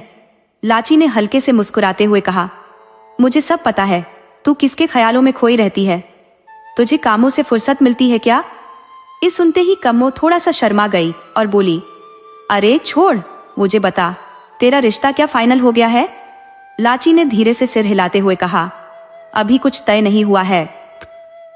कमो ने फिर पूछा, तो फिर देर क्यों हो रही है? सुना है हमारे डेरे जल्दी ही उठने वाले हैं। हम सब मोहनपुर जाने की तैयारी कर रहे हैं। लाची ने हैरान होकर पूछा, तुझे ये किसने बताया? कमो ने जवाब दिया, मेरे बापू ने बताया कि यहाँ अब आमदनी नहीं हो रही तो हम सबको जल्दी ही यहाँ से जाना पड़ेगा। लाची ने राजू के डेरे के बारे में पूछा, और वो लोग, क्या वो भी साथ जाएंगे? कमो ने जवाब दिया, मुझे उनके बारे में कुछ खास पता नहीं है। जब लाची ने यह बात राजू को बताई तो राजू ने दृढ़ता से कहा, चाहे कोई साथ जाए या न जाए, मैं तेरे साथ ही चलूंगा। मैंने अपने बापू से साफ कह दिया है, अब हम अलग नहीं रह सकते। मेरे लिए तुम सबसे ज्यादा मायने रखती हो। राजू की बात सुनकर लाची की आंखें नम हो गई। उसे यकीन हो गया कि राजू उससे बेइंतहा मोहब्बत करता है। राजू उसका सपना पूरा करेगा, उसे वह घर देगा जो स्थायी होगा, जहां बार बार ठिकाना नहीं बदलना पड़ेगा, और वह उस घर की रानी बनकर रहेगी। अब लाची को कोई चिंता नहीं रही। दोनों कबीले के मुखियाओं ने उस रात बैठक में सहमति बनाई कि दोनों कबीले एक साथ मोहनपुर जाएंगे, जहां एक नया कपड़ों का कारखाना खुला है। एक अमीर व्यापारी ने वह कारखाना शुरू किया है और वहां बंजारों को उनके पारंपरिक काम के अलावा भी नए रोजगार मिल सकते हैं। यह खबर सुनकर लाची और राजू की खुशी का ठिकाना नहीं रहा। रहमतपुर में दोनों कबीले के बंजारों ने अपना सामान समेटना शुरू कर दिया। सुबह होते ही तंबू उठने लगे, सामान घोड़ों और बैलगाड़ियों पर लाद दिया गया। सूरज ढलने से पहले मोहनपुर पहुंचना था, इसलिए सुबह ही यात्रा शुरू हो गई। शाम होते होते वे सब मोहनपुर पहुंच गए और गांव की सीमा पर अपने डेरे डाल दिए। थोड़ी देर में पानी और भोजन का इंतजाम कर लिया गया और सभी ने दिन के अंत में राहत की सांस ली। राजू चुपचाप आकर लाची के बापू के पास बैठ गया। लाची के बापू ने उसे देखकर कहा, लाची बेटा, राजू को भी रोटी दे दे। लाची हाँ। मैं सिर हिलाते हुए जल्दी से उठी और ठंडा पानी, रोटी और थोड़ी सब्जी की थाली लेकर आई। लाची के बापू ने मुस्कुराते हुए कहा, खा ले बेटा, लाची ने अच्छी सब्जी बनाई है। खाना खाते हुए बापू ने राजू से पूछा, अब आगे का क्या सोचा है बेटा? क्या कारखाने में काम करेगा या नट तमाशा ही चलता रहेगा? राजू ने नजरें उठाकर कहा, चाचा, मैं तो हमेशा से अच्छा पैसा कमाने का सपना देखता था। अब जब मौका है तो मैं कारखाने में काम जरूर करूंगा। थोड़ी बहुत पढ़ाई भी जानता हूं, सो यह काम मेरे लिए बुरा नहीं है। लाची के बापू ने उसकी पीठ थपथपाते हुए कहा, हाँ बेटा, तुम तो मेहनती हो, काम तुम्हें कभी कमी नहीं होगी। राजू ने सिर हिलाते हुए कहा, हाँ चाचा, काम करेंगे तभी तो कुछ बनेगा। दोनों आपस में बातें कर रहे थे और लाची थोड़ी दूर खड़ी होकर इन बातों को सुन रही थी। उससे बहुत खुशी हो रही थी। इसी बीच लाची के बापू ने कहा, लाची, जल्दी से तैयार हो जा, हमें मोहनपुर जाकर तमाशा दिखाना है। सुबह हो गई है, जल्दी से रोटी पानी का इंतजाम कर लो। लाची अपने बापू की आवाज सुनकर उठी और बड़बड़ाने लगी, ये बापू भी ना चैन की नींद सोने नहीं देता। उठकर लाची जल्दी जल्दी तैयार हुई। तैयार होते ही लाची, उसके बापू और कम्मों का परिवार मोहनपुर की ओर रवाना हो गए। उन्हें कारखाने के पास तमाशा दिखाना था। लाची मोहनपुर के कपड़ा कारखाने को देखने के लिए भी काफी उत्साहित थी। सारा दिन खेल तमाशा दिखाकर बंजारों ने अच्छा खासा पैसा कमा लिया। लाची की रस्सी पर दिखाई गई कलाबाजियों और गानों से तो लोग इतने प्रभावित हुए कि नोटों की बारिश हो गई। शाम को जब वे लोग घर लौट रहे थे, लाची का बापू बेहद खुश था। तभी राजू मिलने आया और उसने खबर दी कि उसे भी कारखाने में काम मिल गया है। मुनाफा भी अच्छा था और मजदूरी भी सही मिल रही थी। लाची खुशी से उछल पड़ी, अब तो तुम मुनिम बन गए हो राजू, अब तुम्हें अच्छे पैसे मिलेंगे। राजू ने मुस्कुराते हुए कहा, हाँ, कारखाने के मालिक ने मुझे अच्छी पगार दी है। फिर थोड़ा संजीदा होकर बोला, अगर आप कहो तो मैं लाची को भी वहां काम दिला सकता हूँ। बहुत सी औरतें और लड़कियां वहां काम करती हैं, वो भी मेरे साथ जाएगी और साथ लौटेगी, अच्छे पैसे कमा लेगी। लाची के बापू ने संतुष्ट होकर कहा, अगर लाची को वहां काम मिल जाए तो मैं तेरा एहसानमंद रहूंगा। राजू जाने को तैयार हुआ तो लाची उसे दरवाजे तक छोड़ने आई। उसकी आंखों में एक चमक थी, मानो वो राजू से कुछ कहने वाली हो। कुछ देर बाद लाची पास के तालाब से पानी भरने के बहाने घर से बाहर आई। तालाब के किनारे राजू उसकी राह देख रहा था। जैसे ही लाची पास पहुंची, राजू ने कहा, आ गई तू, कब से तेरा इंतजार कर रहा हूं। फिर वे दोनों पास के पेड़ों की छांव में जाकर बैठ गए और धीरे धीरे बातों में खो गए। राजू ने देखा कि लाची कुछ कमजोर लग रही है। उसने चिंता से पूछा, लाची, तुझे क्या हुआ है? तू तो रोज दुबली होती जा रही है, ठीक से खाना नहीं खाती क्या? लाची ने हल्की सी हंसी के साथ जवाब दिया, पहले मुझे ये बता, हमारी शादी की बात तू कब करेगा? मेरे बापू और अपने बापू से कब बात करने वाला है? राजू ने मुस्कुराते हुए कहा, अरे लाची, इतनी जल्दी घबरा मत, काम तो मुझे अच्छा मिल गया है, बस कुछ दिन और रुक जा, मैं जल्द ही तेरे बापू से बात करूंगा।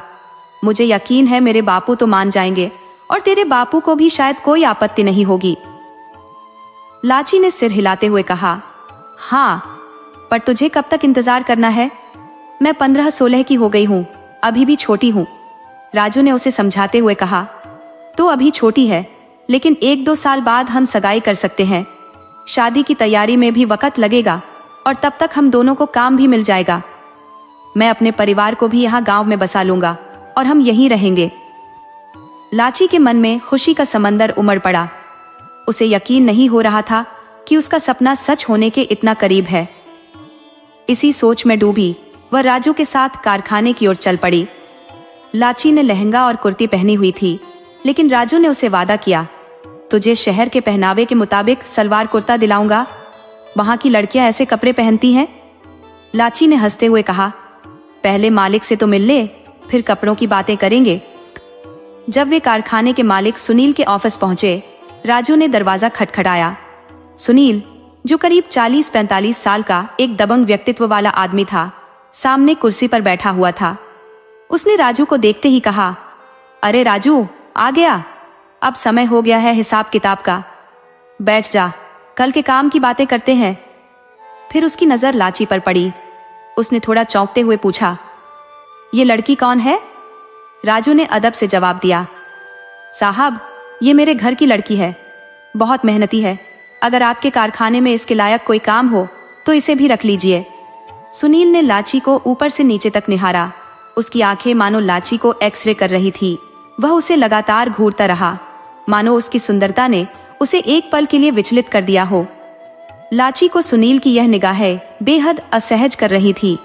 उसने पहले भी मर्दों की निगाहों का सामना किया था, लेकिन आज उसे कुछ अलग और बेहद अजीब महसूस हो रहा था। राजू की बात खत्म होते ही मालिक सुनील ने कहा, हाँ, कपड़े की मशीन पर कुछ लड़कियां काम कर रही है, मैं मैनेजर से कहता हूँ, वो इसे वहीं रखवा देगा। इसे कारखाने में ले जाओ, वहां काम की जगह दिखा दी जाएगी। राजू ने हाथ जोड़कर मालिक का धन्यवाद किया और बोला, साहब, मैं इसे पहुंचाकर अभी आता हूँ। बाहर आकर राजू ने उत्साह से लाची का हाथ थामा और कहा, चल लाची, तुझे काम की जगह दिखा देता हूँ। दोनों बगल वाले कारखाने की ओर चल पड़े। अब लाची को वहां काम करते हुए 10 दिन बीत चुके थे। वह रोज राजू के साथ ही आती जाती थी। राजू का काम कारखाने के कर्मियों के वेतन के साथ बाकी हिसाब किताब देखना था। वह अक्सर देर शाम तक काम करता, जबकि लाची का काम थोड़ा पहले खत्म हो जाता था। तब राजू उसे मालिक के दफ्तर में थोड़ी देर रुकने को कहता और फिर उसे साथ लेकर लौटता। लेकिन लाची को मालिक की घूरती नजरों से बेचैनी होती थी। एक दिन घर लौटते समय उसने राजू से कहा, राजू, कारखाने का मालिक सुनील मुझे अजीब नजरों से घूरता है। राजू का मन तो किया कि उसकी आंखें फोड़ दे, लेकिन उसने हल्के में लेते हुए कहा, अरे लाची, तू इतनी सुंदर है, उसने तेरे जैसी लड़की कभी देखी ही नहीं होगी। मगर लाची का दिल नहीं माना। उसे वो नजरें आम लोगों जैसी नहीं लगी। फिर भी उसने राजू की बात मानकर उसे मन से निकाल दिया। कुछ दिनों बाद राजू ने अपने पिता सुखी और लाची के पिता से उनके विवाह की बात कर दी। राजू की माँ और बहन को तो लाची पहले से ही पसंद थी, और एक कमाने वाली सुंदर लड़की को सुखी क्यों मना करता। वह तो चाहता था कि राजू और लाची का ब्याह हो जाए। बिरादरी के कुछ आदरणीय लोगों की उपस्थिति में दोनों परिवारों ने उनके विवाह की बात पक्की कर दी। लाची के 18 के होते ही ये बात तय हो गई। मोहनपुर के इस कारखाने में कई बंजारों को काम मिल गया था, इसलिए उन्होंने यहीं बसने का फैसला कर लिया था। राजू की योजना थी कि पैसे कमाते ही यही एक घर लेकर स्थायी रूप से बस जाए। घूम घूम कर कमाई करना मुश्किल था और उतनी आमदनी भी नहीं होती थी। राजू अब सोचता था कि बिरादरी के लोग कभी न कभी मिलते ही रहेंगे, लेकिन अब उसे अपने भविष्य को भी देखना है। लाची और उसके पिता भी राजू की इस सोच से सहमत थे। अब राजू और लाची के बीच प्रेम और गहरा हो गया था। दोनों एक दूसरे के सपने देखने लगे थे। दोनों के बीच अब कोई दीवार नहीं थी, लेकिन जिंदगी अक्सर सोच से अलग मोड़ लेती है और होनी को तो कुछ और ही मंजूर था। एक दिन जब लाची का काम समाप्त होने को था, तो कारखाने के मैनेजर ने उसे बुलाया और कहा, जब काम खत्म हो जाए तो मालिक ने तुम्हें एक नई मशीन दिखाने के लिए दफ्तर में बुलाया है। लाची अब तक 10 दिनों में अपने काम में निपुण हो चुकी थी और अक्सर दूसरों की मदद भी करती थी। यही कारण था कि अन्य औरतें और लड़कियां उसकी तारीफ करती और मैनेजर साहब भी उसकी मेहनत की सराहना करते। लाची को लगा कि सुनील साहब ने उसे वाकई मशीन दिखाने के लिए बुलाया होगा, लेकिन मन में हल्की आशंका भी थी। उसने सोचा, राजू तो दफ्तर में रहता ही है, फिर मुझे डर कैसा। फिर भी लाची ने संकोच से मैनेजर से पूछा, साहब, मुझे अकेली क्यों बुलाया जा रहा है और अन्य लड़कियों को क्यों नहीं बुलाया? मैनेजर ने जवाब दिया, लाची, मुझे इसका पता नहीं, जो आदेश मिला है वही मैं कह रहा हूँ, तुम जाकर खुद पूछ लो, वहां राजू भी होगा। मैनेजर एक भला इंसान था, इसलिए लाची को उसकी बात मानने में कोई हिचक नहीं हुई। शाम ढल चुकी थी और कारखाना बंद होने वाला था। सभी कामगार घर लौट रहे थे, लेकिन लाची अभी भी अंदर ही रुकी थी, मैनेजर के निर्देशानुसार। तभी मैनेजर साहब दोबारा आए और बोले, चलो लाची, साहब ने बुलाया है, मैं भी कुछ देर में काम समेट कर आ जाऊंगा। लाची ने आशंकित होकर कहा, राजू तो होगा ना वहां, आज उसे मुझे बुलाने भी नहीं भेजा गया। मैनेजर ने लापरवाही से कहा, होगा, और भी लोग होंगे, चिंता क्यों करती हो, मैं भी आ रहा हूं। हालांकि लाची के मन में कुछ खटक रहा था। तेजी से चलते हुए वह सोचने लगी कि मालिक ने आखिर किस मशीन के बारे में उसे देखने के लिए बुलाया है। जब वह दफ्तर पहुंची तो दरवाजा थोड़ा सा खुला था। हल्के से दस्तक देकर लाची ने दरवाजा खोला और देखा, सुनील साहब सामने कुर्सी पर बैठे हैं। राजू की कुर्सी, जो बगल में होती थी, खाली पड़ी थी। पूरे दफ्तर में सन्नाटा पसरा था। लाची के भीतर बेचैनी बढ़ने लगी। डरते हुए लाची बोली, साहब, आपने मुझे बुलाया था। मैनेजर ने कहा कि आप मुझे मशीन दिखाने वाले हैं, लेकिन यहां तो कोई मशीन नहीं दिख रही। और राजू कहाँ है, क्या वह चला गया? सुनील ने मुस्कुराते हुए कहा, अरे थोड़ा रुक जाओ, मशीन अंदर कमरे में है और राजू भी थोड़ी देर में आ जाएगा। मैंने उसे कुछ काम से बाहर भेजा है। लाची का दिल तेजी से धड़कने लगा। पूरे दफ्तर में सुनील अकेला था। लाची का मन बेचैन था। उसने सोचा, हे भगवान, ये राजू कहाँ चला गया, मुझे यहाँ अकेला छोड़ दिया। लाची को अब सुनील पर भरोसा नहीं हो रहा था। फिर भी उसे मजबूर होकर अंदर जाना पड़ा, क्योंकि सुनील उसे बार बार भीतर बुला रहा था। जैसे ही लाची अंदर गई, उसे कोई मशीन दिखाई नहीं दी। तभी अचानक मालिक ने उसका हाथ पकड़कर उसकी ओर खींच लिया और कहने लगा, अरे रितु, कितनी सुंदर हो तुम, पर राजू के पीछे पागल हो। अगर मेरे पास आती तो तेरी पूरी जिंदगी संवर जाती। कितने पैसे चाहिए तुझे, मैं सब कुछ दूंगा, बस रोज मेरे पास आ जाना। सुनील की आंखों में एक खतरनाक चमक थी और उसके मुंह से शराब की गंध आ रही थी। लाची ने गुस्से से उसका हाथ झटकते हुए कहा, खबरदार जो मुझे छुआ, मैं कोई ऐसी वैसी लड़की नहीं हूं। राजू मेरा होने वाला पति है। उसकी आवाज शेरनी की तरह गरज उठी। सुनील ने हंसते हुए कहा, तू क्या समझती है, तू एक बंजारा लड़की है, तुम्हारे जैसी तो रोज पति बदलती है। फिर उसने लाची को जोर से पकड़ लिया। लाची ने उसे धक्का देकर दूर किया और जोर से चिल्लाई, कोई है, मदद करो। सुनील उसे गालियां देता हुआ फिर से उसकी ओर बढ़ने लगा, लेकिन तभी लाची दरवाजे की तरफ दौड़ी और दरवाजा खोल दिया। दरवाजे पर राजू खड़ा था। लाची फूट फूट कर रोने लगी और राजू से लिपट गई। राजू ने गुस्से में सुनील से कहा, तो ये है आपकी साजिश, इसीलिए आपने मुझे लाची के पास नहीं जाने दिया, मुझे इतना दूर भेज दिया कि मैं समय पर नहीं पहुंच सका, और आप मेरी लाची को बर्बाद करने चले थे। मैं आपको नहीं छोड़ूंगा, पूरे गांव और सारे कामगारों के सामने आपकी असलियत खोल दूंगा। राजू का गुस्सा बढ़ता जा रहा था और सुनील की हालत शर्म के मारे बिगड़ने लगी थी। उसने सोचा था कि वह चुपके से अपना काम कर लेगा, लेकिन अब उसकी हर चाल खुल चुकी थी। राजू ने लाची को शांत करते हुए कहा, अब मैं आ गया हूं और तुम्हारे साथ कुछ गलत नहीं होने दूंगा। अगर इसने दोबारा कोई हरकत की तो इसे बर्बाद कर दूंगा। लाची ने आंसू पोंछते हुए कहा, तूने सही कहा था, ये आदमी अच्छा नहीं है। मुझे नहीं पता मैंने इस पर कैसे भरोसा कर लिया। राजू ने सुनील को गालियां देते हुए लाची का हाथ पकड़ा और उसे उसके बस्ती की ओर ले गया। घर पहुंचने से पहले ही उसने लाची को समझाया और कहा, इस बात का जिक्र घर वालों से मत करना। अगली सुबह लाची राजू के पास आई और चिंतित होकर बोली, राजू, अब तू वहां काम कैसे करेगा? वो आदमी बहुत ही बुरा है, कहीं तुझे नुकसान ना पहुंचा दे। वो पैसे और ताकत वाला आदमी है। राजू ने शांत स्वर में कहा, लाची, तू चिंता मत कर, उसे अपनी बदनामी का डर है, वो मेरा कुछ नहीं बिगाड़ सकेगा। और हाँ, अब तू वहां काम करने नहीं जाएगी। मैंने सोच लिया है कि अब तू उस कारखाने में नहीं जाएगी।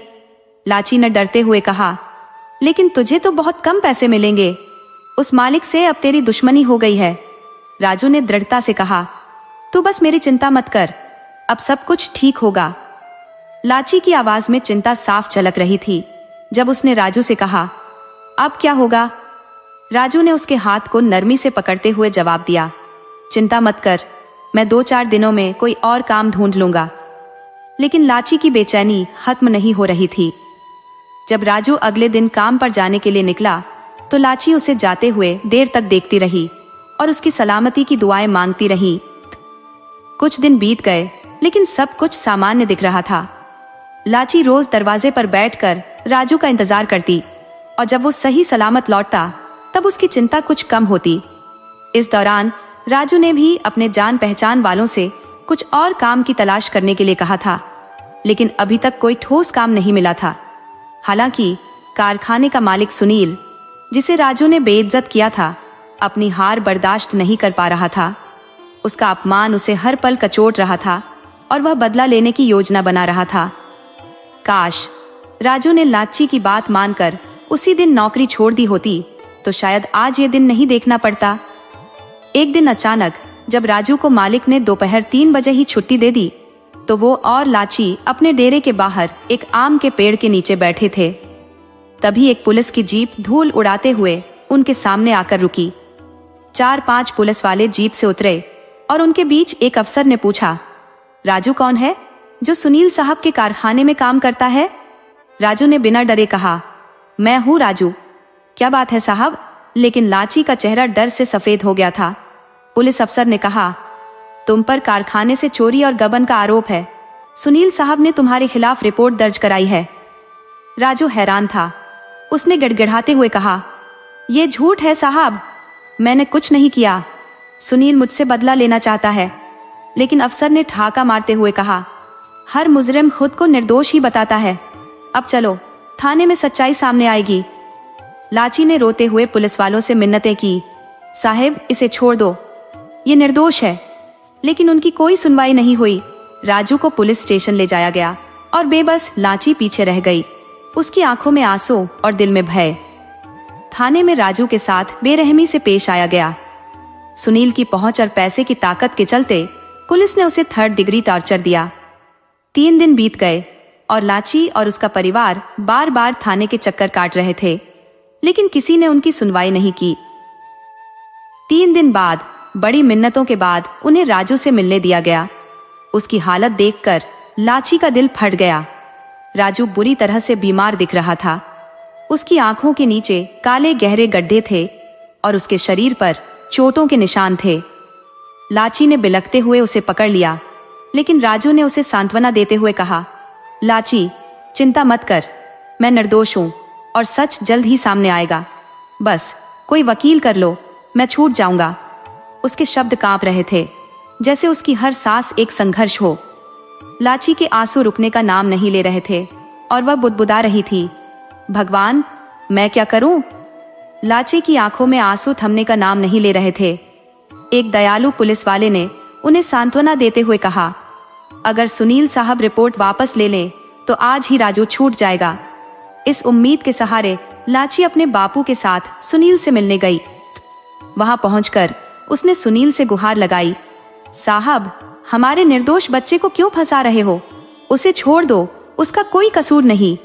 किसान ने भी बहुत विनती की, पर सुनील पर इसका कोई असर नहीं हुआ। उसकी मंशा कुछ और ही थी। सुनील ने लाची की ओर देखते हुए कहा, अगर तू मेरी बात मान ले तो मैं तेरे राजू को अभी छुड़वा दूंगा। लाची समझ गई कि वो क्या चाहता है और बापू के साथ वहां से लौट आई। उसने घर आकर सारी बात बापू को बताई और दोनों बाप बेटी एक दूसरे से लिपट कर रोने लगे। वकील का इंतजाम करना उनके बस में नहीं था और इसी बीच राजू को जेल भेज दिया गया। लाची की आखिरी उम्मीद भी खत्म हो गई थी। दिन भर उसकी आंखों से आंसू बहते रहे। जब यह खबर उसके चाचा और बापू ने दी तो वो बिल्कुल टूट गई। उसके सारे सपने जो उसने राजू के साथ देखे थे सुनील की वजह से बिखर गए थे। अब कुछ भी शेष नहीं था। रात भर लाची जैसे खोई खोई सी बैठी रही। सुबह होते ही उसने कुछ ठान लिया। वो अच्छे से तैयार हुई, साफ कपड़े पहने और शाम ढलते ही सुनील के दफ्तर की ओर चल पड़ी। उसकी चाल में अजीब सा आत्मविश्वास था, जैसे उसके अंदर की आग ने उसकी हर भावना को दबा दिया हो। उसके खुले बाल, चेहरे पर एक अनजान सी चमक, जैसे उसे अब किसी भी चीज की परवाह न हो। वह सीधी सुनील के मकान में दाखिल हुई, जहां सन्नाटा पसरा हुआ था। सुनील अकेला बैठा कुछ लिख रहा था। लाची ने दरवाजा बंद किया और अजीब से स्वर में बोली, साहब, मैं आ गई हूं। उसकी आवाज में कुछ ऐसा था जिसने सुनील का ध्यान खींचा। वह उसकी ओर घूरते हुए बोला, आ गई? लाची ने बिना कुछ कहे अपनी ओढ़नी सुनील की ओर फेंकी और उसके पास जाकर बोली, राजू को छुड़वा दो, मैं आपकी बात मानने आई हूं। सुनील की आंखें लालच से चमकने लगी। उसने लाची को अपनी बाहों में कस लिया, पर वो लाची नहीं थी जो वो समझ रहा था। उसने अचानक अपने लहंगे की कमर से छुपी हुई कटार निकाली और सुनील पर ताबड़तोड़ वार कर दिया। खून का फव्वारा फूट पड़ा और सुनील जमीन पर गिरकर तड़पने लगा। लाची ने बिना एक पल गवाए उसके मकान से बाहर कदम रखा। जैसे ही वह बाहर निकली, पीछे से आग के भयंकर शोले उठने लगे। कपड़े का कारखाना धू धू कर जलने लगा। लोगों में हड़कंप मच गया, लेकिन कोई भी इतनी बड़ी आग को बुझाने की हिम्मत नहीं कर पाया। फायर ब्रिगेड की गाड़ियों की आवाजें गूंजने लगी, पर तब तक सब कुछ राख हो चुका था। दूर एकांत में लाची एक पेड़ के नीचे बैठी राजू को याद करते हुए रो रही थी। उसके होंठों से बार बार एक ही बात निकल रही थी, राजू, मैंने तेरा बदला ले लिया। उसकी आंखों में एक अजीब सी चमक थी, जैसे उसने अपना मकसद पूरा कर लिया हो। लेकिन इस मकसद ने उसे दीवाना बना दिया था। उसकी जिंदगी के सारे सपने अब धुआं हो चुके थे और लाची अब एक बदले की आग में झुलस चुकी थी। दोस्तों, आपको कहानी कैसी लगी? अपने सुझाव कमेंट करना न भूले। तो चलिए आज की अगली कहानी शुरू करते हैं।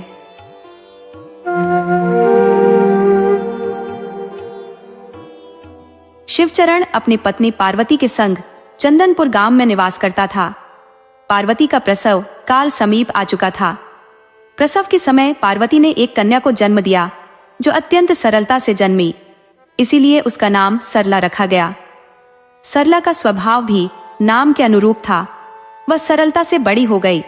माता पिता को भी यह एहसास नहीं हुआ। हंसते खेलते परिवार में सरला के विवाह की चिंता उसके माता पिता को सताने लगी। एक रात जब सरला सो रही थी, पार्वती ने अपने पति शिवचरण से कहा, सुनिए जी, हमारी बेटी सरला अब बड़ी हो गई है और गांव की चौधरी के बेटे पप्पू के साथ उसके रिश्ते की बात चल रही है। चौधरी गांव में घूमकर विवाह करवाता है, जिससे उसकी आजीविका चलती है। शिवचरण ने कहा, लेकिन चौधरी तो बहुत ही लालची और दुष्ट है, हमारे पास उसे देने के लिए इतना धन नहीं है। पार्वती ने उत्तर दिया, देखिए जी, हमारी एक ही तो बेटी है और काकी कह रही थी कि पप्पू बड़ा गबरू जवान है, पहलवानी करता है, अखाड़े में जाता है। हमें तो काकी की बात सही लगी है। शिवचरण ने कहा, देख पार्वती, चौधरी के घर विवाह करना ठीक नहीं है। हमारी बेटी मुसीबत में फंस जाएगी। बाकी जैसा तुम समझो। लेकिन पार्वती का मन बन चुका था, सो उसने कहा, जो होगा देखा जाएगा। घर खेत गिरवी रखकर जैसे भी हो हमारी बेटी का विवाह उसी घर में कर दो, क्योंकि आसपास के 10 गांवों में भी पप्पू जैसा गबरू जवान लड़का नहीं है। शिवचरण ने कहा, ठीक है पार्वती, जैसी तुम्हारी मर्जी। और वह दूसरी तरफ मुंह करके सो गया, क्योंकि शिवचरण अब चिंता में पड़ गया था। सुबह मुंह अंधेरे उठकर सरला माँ बाप के पैर छूकर अपनी नित्य क्रिया में लग गई। उसकी आदत थी कि माँ पिता को नित्य प्रति शिव पार्वती की पूजा के रूप में मानकर सभी घर के काम में हाथ बढ़ाती थी। शादी उसके लिए गुड्डे गुड़ियों का खेल मात्र था। जब माँ ने उसकी शादी की चर्चा की तो वह समझ नहीं सकी कि इसकी क्या आवश्यकता है। चौधरी ने जो दहेज मांगा था उसे पूरा करने में शिवचरण अपने को असमर्थ महसूस कर रहा था। उसने गांव के साहूकार से भारी कर्जा ले लिया। शादी के दिन रात में चौधरी की फरमाइशों ने शिवचरण को झकझोर दिया। बड़े कष्ट से उसके सीने में दर्द उठा, जिसे छुपाकर उसने मिन्नतों के साथ अपनी पगड़ी चौधरी के चरणों में रख दी। जैसे तैसे शादी संपन्न हुई, इस वादे के साथ कि अगली फसल से पहले वह अपनी बात पूरी कर देगा। सुबह सरला की विदाई हुई। वह फूट फूट कर रोई। उसे समझ नहीं आ रहा था कि किस कसूर की सजा उसे मिल रही थी। क्यों माता पिता अपने कलेजे के टुकड़े को किसी अजनबी के साथ अनजाने सफर पर भेज रहे थे। शिवचरण अपने आंसू छुपाने की कोशिश कर रहा था, जो सरला की नजरों से नहीं छिप सका। पिता की आंखों में आंसू देखकर सरला को बड़ा धक्का लगा। एक पल को वह अर्धमूर्छित हो गई और कब अपने घर से पराये घर में आ गई उसे पता ही नहीं चला। उस घर में दूसरे दिन से ही शिकायतों और गालियों का दौर चला, जो आगे जाकर मारपीट तक पहुंच गया। उसका पति पप्पू एकदम निकम्मा था और अपने कसाई बाप और निर्दयी माँ की तरह उसे दरिंदगी से पीड़ित करता। सरला बेचारी रोती बिलखती रहती। उसे रोता बिलखता छोड़कर पप्पू चला जाता। एक दिन चौधरी ने शिवचरण को, जो सरला का पिता था, अपने घर बुलाया। उसे बहुत बुरा भला कहा और अपनी बेटी से मिलने से मना कर दिया। सरला यह सब छुपकर देख रही थी और आंचल में मुंह छुपाकर रो रही थी। जब वह वापस मुड़ा तो उसकी पीठ के घाव देखकर शिवचरण की धड़कनें तेज हो गई। घर लौटकर शिवचरण बेहोश होकर गिर पड़ा और उसके प्राण पखेरु उड़ गए। उस समय सरला 7 महीने के गर्भ से थी। जब उसे अपने पिता की मृत्यु और साथ में अपनी मां के हृदयाघात की खबर मिली तो वह पछाड़ खाकर रोती बिलखती रही। सरला जमीन पर गिरकर बेहोश हो गई। गिरने से पेट में चोट लगने के कारण उसका गर्भ नष्ट हो गया। खून से लथपथ सरला को डॉक्टर के पास ले जाया गया, जिसने बताया कि अब वह कभी मां नहीं बन सकेगी। चौधरी और उसकी पत्नी ने अपने बेटे के सहयोग से रातों रात सरला से छुटकारा पाने की योजना बनाई। उन्होंने उसे गांव के बाहर एक कुएं में फेंक दिया। रात में उधर से गुजरते हुए एक राहगीर को कुएं से आवाज सुनाई दी। उसने अपनी पगड़ी की रस्सी बनाकर सरला को बाहर निकाला। जब उसने सरला से पूछा कि उसके साथ क्या हुआ है, तो सरला ने कुछ नहीं बताया। उसने बस इतना कहा कि इस दुनिया में उसका कोई अपना नहीं है और बेचारगी से तंग आकर उसने खुदकुशी की कोशिश की थी। राहगीर ने सरला को अपने साथ चलने का प्रस्ताव दिया और सरला ने ना कहा ना। वह चुपचाप उसके साथ चल दी। राहगीर के घर पर उसके सिवा कोई नहीं था। उसने सरला से जोशी मंदिर में विवाह कर लिया। सरला का काम घर के कामकाज और रसोई के अलावा शिव मंदिर में बैठकर पूजा करना था। उसके पति राम रतन ने कभी इसका विरोध नहीं किया। एक दिन वह पार्वती के चरणों में सिर पटक पटक कर बांझ होने के कलंक से मुक्ति की प्रार्थना कर रही थी। पार्वती ने शिव से सरला की दयनीय हालत पर तरस खाने और उसकी मुराद पूरी करने की बात कही। पार्वती ने भोलेनाथ से कहा, बचपन से ही सरला हमारी पूजा करती चली आ रही है। इस अभावग्रस्त स्त्री को गर्भवती होने का वरदान दे। शिवजी ने पार्वती का अनुरोध स्वीकार किया और सरला को पुत्रवती होने का आशीर्वाद दिया। 9 महीने बाद सरला ने एक पुत्र को जन्म दिया। वह सुंदर और आकर्षक था, परंतु अत्यंत चंचल और शरारती। उसकी शरारतों से हर कोई परेशान रहता। एक बार गांव में कुछ साधु संत आए। प्रवचन के बाद वे विश्राम कर रहे थे। तभी शरारती भोला कहीं से लाल चींटियों का छत्ता तोड़ लाया और उनके ऊपर फेंककर भाग गया। संतों में से एक ने उसे देख लिया और चींटियों के दंश से परेशान होकर उसके पीछे दौड़ा। भोला घर में घुसकर कहीं छुप गया। सरला ने हाथ जोड़कर उन संतों से माफी मांगी और चींटियों के काटे स्थानों पर शहद का लेप किया। संतों ने क्रोध में आकर भोला को श्राप दिया कि वह जीवन भर ऊटपटांग काम करता रहेगा। सरला ने संतों के चरण पकड़कर माफी मांगी और उनके दंशों पर शहद लगाया। तब जाकर उनका दिल पसीजा। संतों ने कहा कि उनका श्राप विफल नहीं होगा, परंतु इसका उल्टा प्रभाव होगा। सरला ने संतों को विदा किया, जिसे छुपकर भोला देख रहा था। वह बुदबुदाकर कह रहा था, अगली बार आओगे तो सांप और मेंढक छोड़ दूंगा तुम पर। समय के साथ भोला की शरारतें बढ़ती गई और सरला समझ चुकी थी कि उसके बेटे की नादानियां कभी खत्म नहीं होंगी। एक दिन की बात है, गांव का हरिया मटकी में दही भरकर गांव से बाहर भेजने जा रहा था। तभी प्राइमरी स्कूल के पीछे शरारत की खोज में लगा भोला अपनी गुलेल में एक छोटा पत्थर का टुकड़ा फंसाकर जोर से निशाना लगाकर ऐसा मारा कि हरिया की मटकी के 2 टुकड़े हो गए। सारी दही हरिया के ऊपर बिखर गई और वह गुस्से में लाल पीला होकर भोला के पीछे दौड़ पड़ा। स्कूल के पीछे से भोला किधर गायब हो गया, ये हरिया को समझ नहीं आया। ढूंढते ढूंढते उसकी नजर एक पेड़ के पास खो पर पड़ी, जिसके मुहाने पर पहुंचकर उसने भोला को ढूंढने की कोशिश की, पर खो का मुंह उसके लिए छोटा पड़ रहा था। हरिया घुटनों के बल झुककर कंधे तक कुएं के मुहाने में सटाकर हाथ अंदर घुसेड़कर टटोलने लगा। तभी उसके हाथ में कोई कपड़ा जैसा टकराया। उसने जोर से दबोच लिया और कहा, अब भागकर कहां जाएगा बच्चू। उसे खो से बाहर खींच लिया। बाहर एक कपड़े की गठरी निकली जिसमें भारी वजन था। गठरी खोलने पर हरिया की आंखें चौंधिया गईं। उसमें ढेर सारा धन था। हरिया ने गठरी जल्दी से समेटी और अपने घर की ओर भागा। घर पहुंचकर उसने गठरी छुपाई और थोड़ा सा धन लेकर भोला के घर पहुंच गया। जैसे ही उसने दरवाजा खटखटाया, भोला भागकर घर में जाकर छुप गया।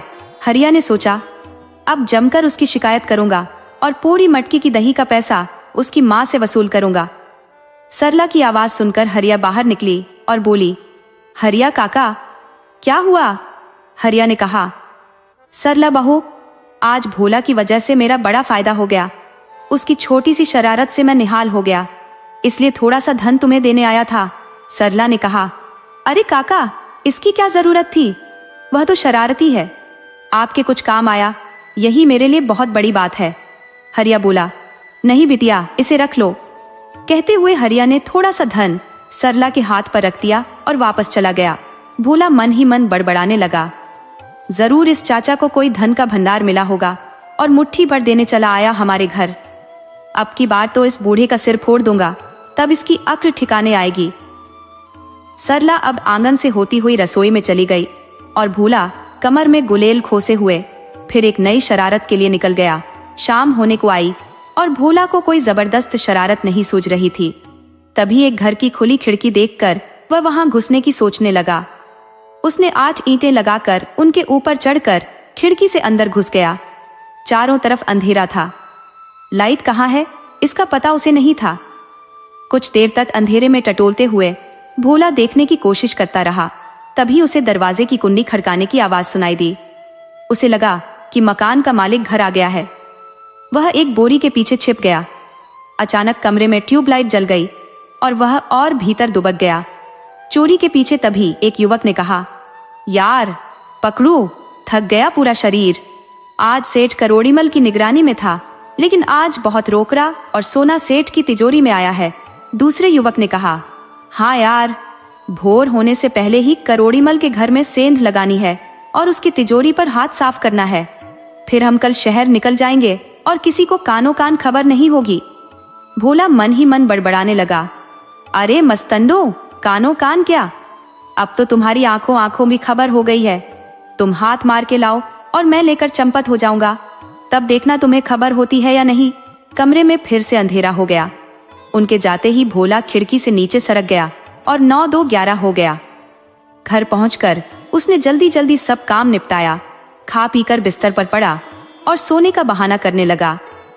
उसकी गहरी नींद सोया जानकर सरला भी घर के सारे काम निपटाकर सोने चली गई। भोला के कमरे के ठीक सामने उसकी माँ और पिता सोते थे। दोनों ही दिन भर के थके हारे होने की वजह से गहरी नींद में थे। भोला ने अपने कमरे के दरवाजे को जरा भर खोलकर रखा और कमरे में अंधेरा करके इंतजार कर रहा था कि कब माता पिता के खर्रातों की आवाज उसे सुनाई पड़े और वह अपने काम को अंजाम दे सके। उस रात पता नहीं क्या हुआ, जब भी भोला घर से निकलने की सोचता, तभी उसके पिताजी के खर्राते बंद हो जाते और भोला फिर लेट जाता। कई बार पिताजी के खर्राते बंद होने का मतलब था कि वे बाथरूम की ओर जा रहे हैं या कुछ और। दोनों ही स्थितियों में खर्राते काफी देर तक बंद रहते थे। आखिरकार भोला ने छत से जाने की बजाय खिड़की के रास्ते से जाने की सोची। उसने हमेशा बंद रहने वाली खिड़की से निकलने की योजना बनाई। भोर होने में अभी कुछ समय था। उसने धीरे धीरे खिड़की ऊपर उठाई और दूसरी तरफ लटकते हुए खिड़की को ऊपर के हुक में फंसा दिया, लेकिन तभी उसका संतुलन बिगड़ गया और वह नाले में गिर गया। एक तीव्र दुर्गंध उसके नथुने से टकराई और उसने किसी तरह से अपनी सांस रोकने की कोशिश की। नाले से बाहर निकलते हुए वह सिर से पांव तक काले पानी से ढका हुआ किसी भूत की तरह अपने रास्ते की ओर चल पड़ा। कुछ कुत्ते उसे देखकर भौंकने लगे, लेकिन उसकी दयनीय हालत पर तरस खाकर वापस चले गए। भोला अब हर बात पर गुस्सा और झुंझलाहट महसूस कर रहा था। उसने घर के पिछवाड़े से जाने का सोचा, तभी उसने देखा कि लट्टू और पलटू लूटे हुए माल के साथ पीछे के रास्ते से आ रहे थे। अचानक भोला और उन बदमाशों का आमना सामना हो गया। डर के मारे भोला के गले से घुटी घुटी आवाज निकल गई। लट्टू और पलटू ने जब काले झूलते साए को देखा तो उन्हें भूत का आभास हुआ और उनकी पतलून गीली हो गई। भाग ले बेरा लट्टू, जान बचा किसी तरह, कहते हुए वे उसी दिशा में भाग निकले। जिससे आए थे। भोला भी इस घटनाक्रम से इतना डर गया था कि भागते हुए फिसल गया और बगल के तालाब में जा गिरा। फिर जैसे ही उसने लूटे हुए माल की ओर बढ़ना चाहा, उसने पुलिस को आते देखा। ले बेटा, सिर मुंडाते ही ओले पड़ गए, उसने सोचा और बेहोश होने का नाटक किया। पुलिस वाले उसके पास पहुंचे और देखा कि वह सच में बेहोश हो गया था। थोड़ी सी रोशनी हो चुकी थी और दरोगा ने सिपाही से कहा, साहब, ये सरला बहन का लड़का है, लगता है इसने बदमाशों से लड़ाई की होगी। दरोगा ने कहा, बहुत ही निडर और बहादुर बच्चा है यह, इसे डॉक्टर के पास ले चलो। डॉक्टर ने भोला को होश में लाने का इंजेक्शन दिया। दोनों बदमाशों को हवालात में डाल दिया गया। सेठ ने चोरी से बचे माल से थोड़ी रकम भोला को दी और एसपी ने सरला से कहा कि भोला को पुलिस में भर्ती करने की सलाह दी। सरला ने खुशी खुशी हामी भरी और बोली, मैं अपने लाडले को जरूर भेजूंगी। जबकि अंदर से जलता भुनता भोला मन ही मन सोच रहा था, कंजूस का बच्चा, पूरा माल बच गया, फिर भी थोड़ी सी रकम दे दी। एक दिन तेरा पूरा माल लूटूंगा सेठ। भोला ने कहा, माँ, भूख लगी है, कुछ खिलाओ। सरला ने कहा, बेटा, तेरे लिए पूरी सब्जी बनाई है, खूब पेट भर के खा ले।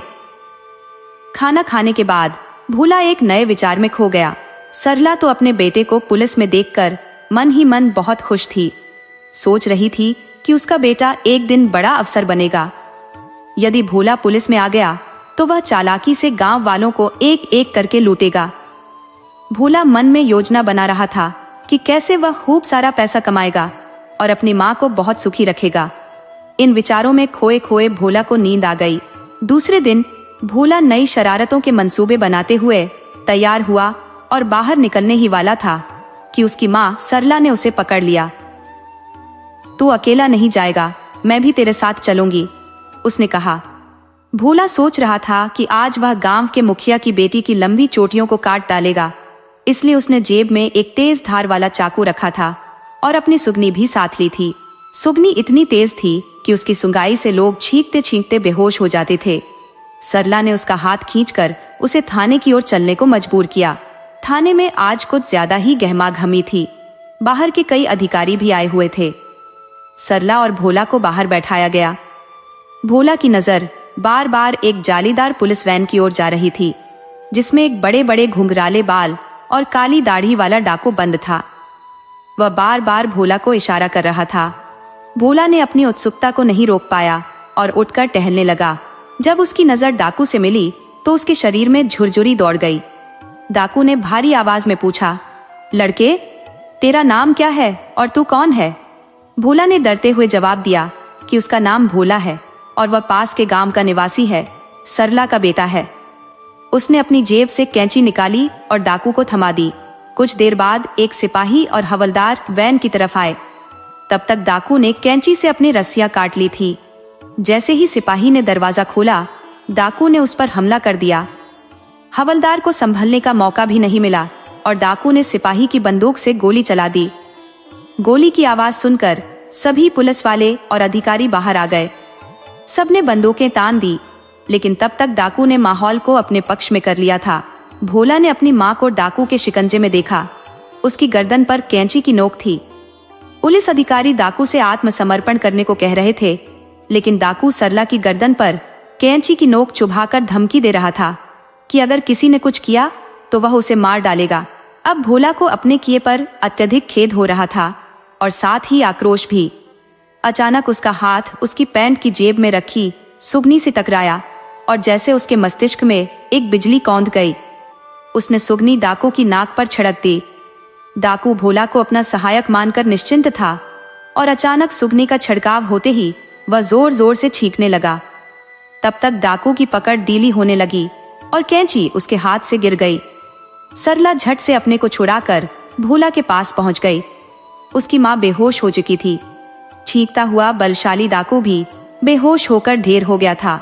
सभी अधिकारी और पुलिस वालों के सामने हुई इस घटना ने भोला को सुपर हीरो बना दिया। सब उसकी चतुराई और बुद्धिमानी की प्रशंसा कर रहे थे। भोला अपनी माँ को होश में लाने के लिए पेड़ के गोल घेरे में बनी सीमेंट की चबूतरे पर माँ को गोद में लेकर बैठा था। डाकू को शिकंजे में कसकर वैन में डालकर तुरंत जेल भेज दिया गया। किसी ने नहीं देखा कि जमीन पर गिरी तमाशाई कैंची फिर से भोला की जेब में आ चुकी थी। जब सरला को होश आया तो सभी उसकी बहादुरी की चर्चा कर रहे थे। डीएसपी ने उसे सम्मानित करते हुए एक पत्र दिया और घोषणा की कि भोला को सरदारगढ़ की पुलिस चौकी का इंचार्ज बना दिया गया है। यह सुनकर गांव वालों में खुशी की लहर दौड़ गई और सब मिलकर भोला की जय जयकार करने लगे। मुखिया संपत ने भीड़ से निकलकर घोषणा की कि उसकी बेटी का विवाह भोला से होगा। इधर माँ अपने बेटे की बलैया ले रही थी और गांव वाले बधाई दे रहे थे। उधर भोला चकरा रहा था, खुद को बेहोश होने से बचाने की कोशिश कर रहा था। नियुक्ति पत्र के साथ सरदारगढ़ में भोला की तैनाती की तैयारियां चल रही थी। गांव के अन्य जवान लड़के उसकी पीठ थपथपा रहे थे और बुजुर्ग उसके सिर पर हाथ रखकर आशीर्वाद दे रहे थे। भोला और कामों की शादी तय हो चुकी थी। भोला मन में योजना बना रहा था कि चौकी का इंचार्ज बनने के बाद वह डाकुओं से साठगांठ करेगा और पूरे गांव को लुटवा देगा। लेकिन तभी उसे ख्याल आया कि अगर वह डाकू जान गया कि भोला ने उसे फंसाया था तो वह क्या करेगा। उसके दिमाग ने जवाब दिया कि वह कह देगा कि पुलिस का विश्वास हासिल करने के लिए उसने यह सब किया था, ताकि वह गांव और आसपास के इलाकों को लूट सके। तभी उसका ध्यान कामों की तरफ गया। उसकी नजरों के सामने कामों की चोटियां घूमती हुई नजर आईं। मन ही मन उसने सोचा कि जिस दिन कामों आएगी उसी दिन वह उसकी दोनों चोटियां काट देगा। और फिर हंसते हुए वह बोला, कुछ नहीं माँ, और चुप हो गया। भोला के मन में यही मंसूबे चल रहे थे और कामों दुल्हन बनकर उसके घर आ गई थी। गांव की औरतें दालान से सटे बड़े कमरे में दुल्हन को देखने आ जा रही थी। भोला अपने कमरे में कैंची को ताक पर छिपाकर और सुगनी की डिबिया बिस्तर के नीचे रखकर लंबी तान लेकर सो गया। शाम को उसे कमरे से बाहर भेज दिया गया और जब दुल्हन का कमरा तैयार हुआ तो उसने बाहर निकलते ही देखा कि उसके हमउम्र लड़के वहां खड़े होकर हंसी मजाक कर रहे थे। उसकी खोपड़ी में शरारत सूझी और वह तुरंत भीतर गया। शादी के बचे हुए कुछ पटाखे जेब में भरकर वह पीछे के छान के पास गया और दीवार पर फेंक फेंक कर पटाखे दागने शुरू कर दिए। पटाखों की आवाज से अफरा तफरी मच गई। कोई गिर पड़ा तो कोई गिरते पड़ते भागा और भोला पीछे से रफू चक्कर हो लिया। भोला को बड़ा मजा आया, लेकिन उसे याद आया कि सुप्रिया अभी उसके घर में है। वह तुरंत सूतिया काकी के घर की ओर बढ़ गया। पीछे के दरवाजे को हिलाकर उसने दीली कुंडी गिराई और भीतर घुस गया। अलमारी के नीचे सरकाकर रखी छोटी मटकी को घुटने के बल बैठकर थोड़ी सी करवट लेते हुए हाथ आगे बढ़ाकर निकाल लिया। उसे पता था कि सुधिया काकी सेहत कहाँ रखती है। कई बार उसने उसे वहां से सेहत निकालते देखा था। मटकी संभालते हुए वह दरवाजे को उड़काकर अपने पसंदीदा स्थान प्राइमरी स्कूल के खुले आंगन में दीवार की टेक लगाकर बैठ गया और उंगली से सेहत निकालकर बड़े मजे से चटकारे लेते हुए खाने लगा। भोला को इस बात का जरा भी इल्म नहीं था कि मटकी निकालते वक्त उसकी जेब से कुछ सिक्के गिर पड़े थे। सेहत चट कर जाने के बाद वह पास के कुएं पर गया। वहां रखी बाल्टी को रस्सी से कुएं में बांध कर उतारा, पानी भरकर खींचा और ठंडा पानी पीकर डकार ली। फिर अपने घर की तरफ चल पड़ा। सरला ने देखा तो उसे उलाना देते हुए बोली, रे भोला, बहू कमरे में इंतजार कर रही है और तू इतनी देर से गायब है। भोला कमरे में गया तो देखा कि कम्मो खर्राटे भरते हुए सो रही थी। हैरान होकर उसने सोचा, भगवान, एक कम था क्या जो दूसरे को भी खर्राटे भरने को भेज दिया। राशनी में वह बिस्तर पर बैठकर कम्मो की चोटियां ढूंढने लगा, लेकिन चोटी उसे दिख ही नहीं रही थी। तभी कम्मो ने करवट ली और आंखें बंद किए ही बोली, छोटी ढूंढ रहे हो क्या भोला? भोला हड़बड़ाकर बोला, नहीं तो। और तभी कम्मो मुस्कुराने लगी और उसकी नकल उतारते हुए बोली, भोला भोला कुछ नहीं। उसकी जुबान भोला का साथ नहीं दे रही थी। तब कम्मो ने कहा, तो सो जाओ, और उसकी तरफ पीट करके सो गई। लेकिन भोला किसी भी तरह कम्मो की उठती गिरती सांसों के साथ उसकी पीठ पर चोटियों की जगह बालों के गुच्छे को देखता रहा। थोड़ी देर में उसने खुद को काबू में करते हुए कम्मो के बगल में लेटकर सोने की कोशिश की। समझ नहीं आ रहा था कि ऐसा कैसे हो गया। काफी देर तक उलटते पलटते सोने की कोशिश करते हुए वह उठा और ताक पर हाथ मारा, लेकिन वहां से कैंची गायब थी। फिर उसने बिस्तर के नीचे हाथ से टटोल कर सुगनी ढूंढी तो वह भी वहां नहीं थी। भोला को समझ नहीं आ रहा था कि यह सब कैसे हो गया। उसकी सारी योजनाएं धराशायी हो गई। वह चक्कर खाते हुए बिस्तर पर गिर पड़ा और उलझनों में कब उसे नींद आ गई खुद भी नहीं जान सका और भोला पड़कर सो गया। दूसरे दिन सुबह उठते ही भोला को जिन हालातों का सामना करना पड़ा उसकी चर्चा करना तो दूर, वो खुद से भी इसे दोहराना नहीं चाहता था। उसकी राह में सुगनी, कैंची और कमरों की छुट्टियां करीने से रखी थी। भोला के होश उड़ गए, सिर चकरा गया, मानो किसी ने उसे सैकड़ों बार घुमा दिया हो। भोला सोचने लगा, हे भगवान, यह लड़की है या आफत? दूर से तो सीधी सादी दिखती है, लेकिन पास आने पर कमाल की आफत है। अब आगे का जीवन इतना सरल नहीं रहेगा, यह तो तय है।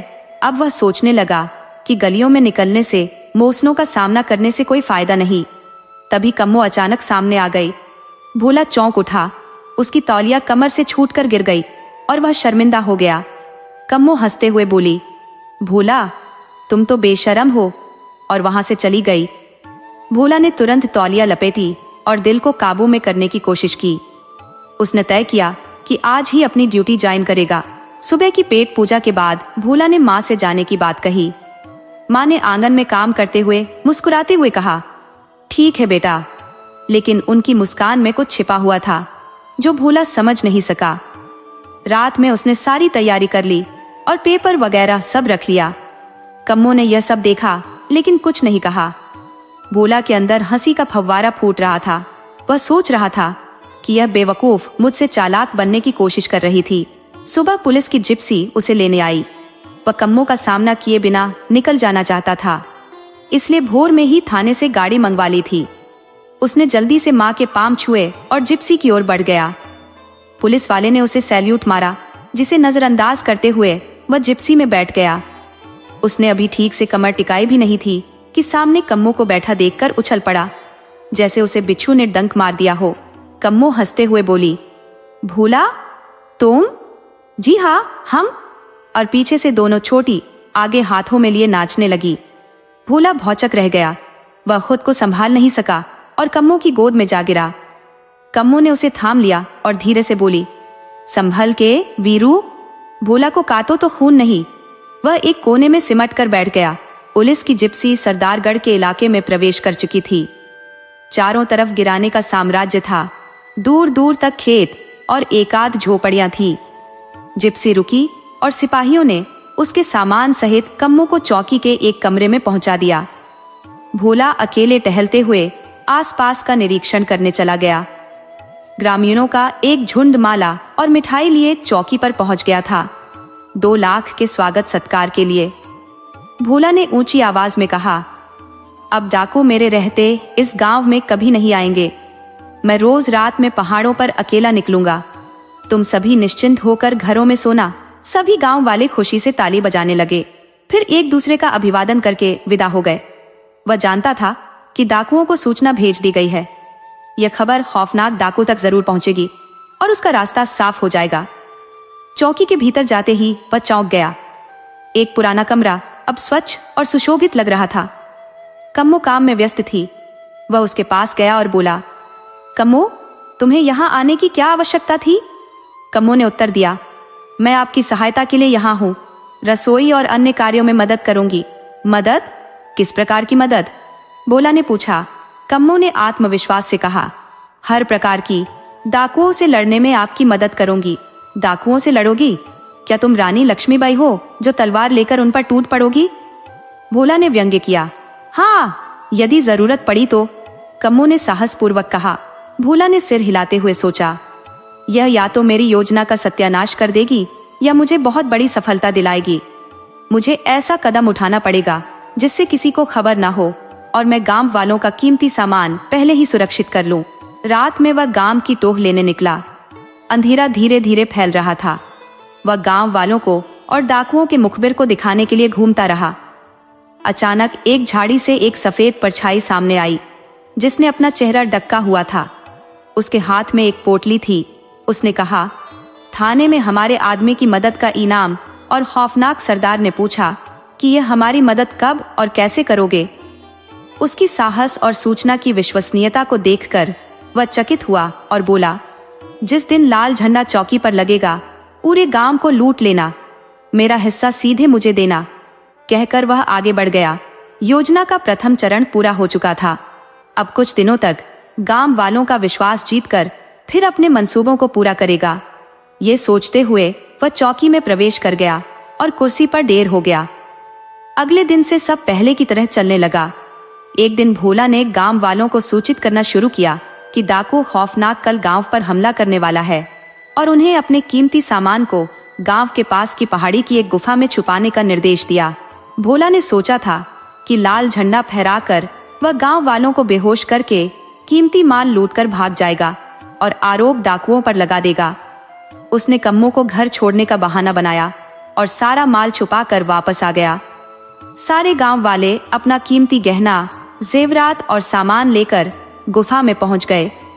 पूरा गांव खाली हो गया। डाकुओं ने लाल झंडा देखकर गांव पर हमला बोल दिया। भोला चिंतित था कि कम्मो कहाँ गई। तभी फायरिंग की आवाज सुनाई दी। भोला चौकी की ओर दौड़ा तो देखा कि पुलिस डाकुओं को घेर कर मार रही थी और कम्मो की अगुवाई में गुफा तक पहुंच चुकी थी। भोला ने स्थिति को देखते हुए उनकी सलामती की कामना की और डाकुओं का सफाया होते देखा। गांव वालों ने मिलकर भोला को धन दिया। वह मन ही मन सोच रहा था कि आज उसके पास गांव वालों का पूरा धन होता।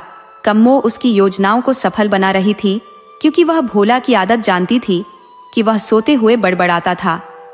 कम्मो उस जानकारी का लाभ उठाकर उसे सफलता दिला रही थी और भोला को श्रेय मिल रहा था। इस प्रकार भोला को बधाइयां मिलने लगी।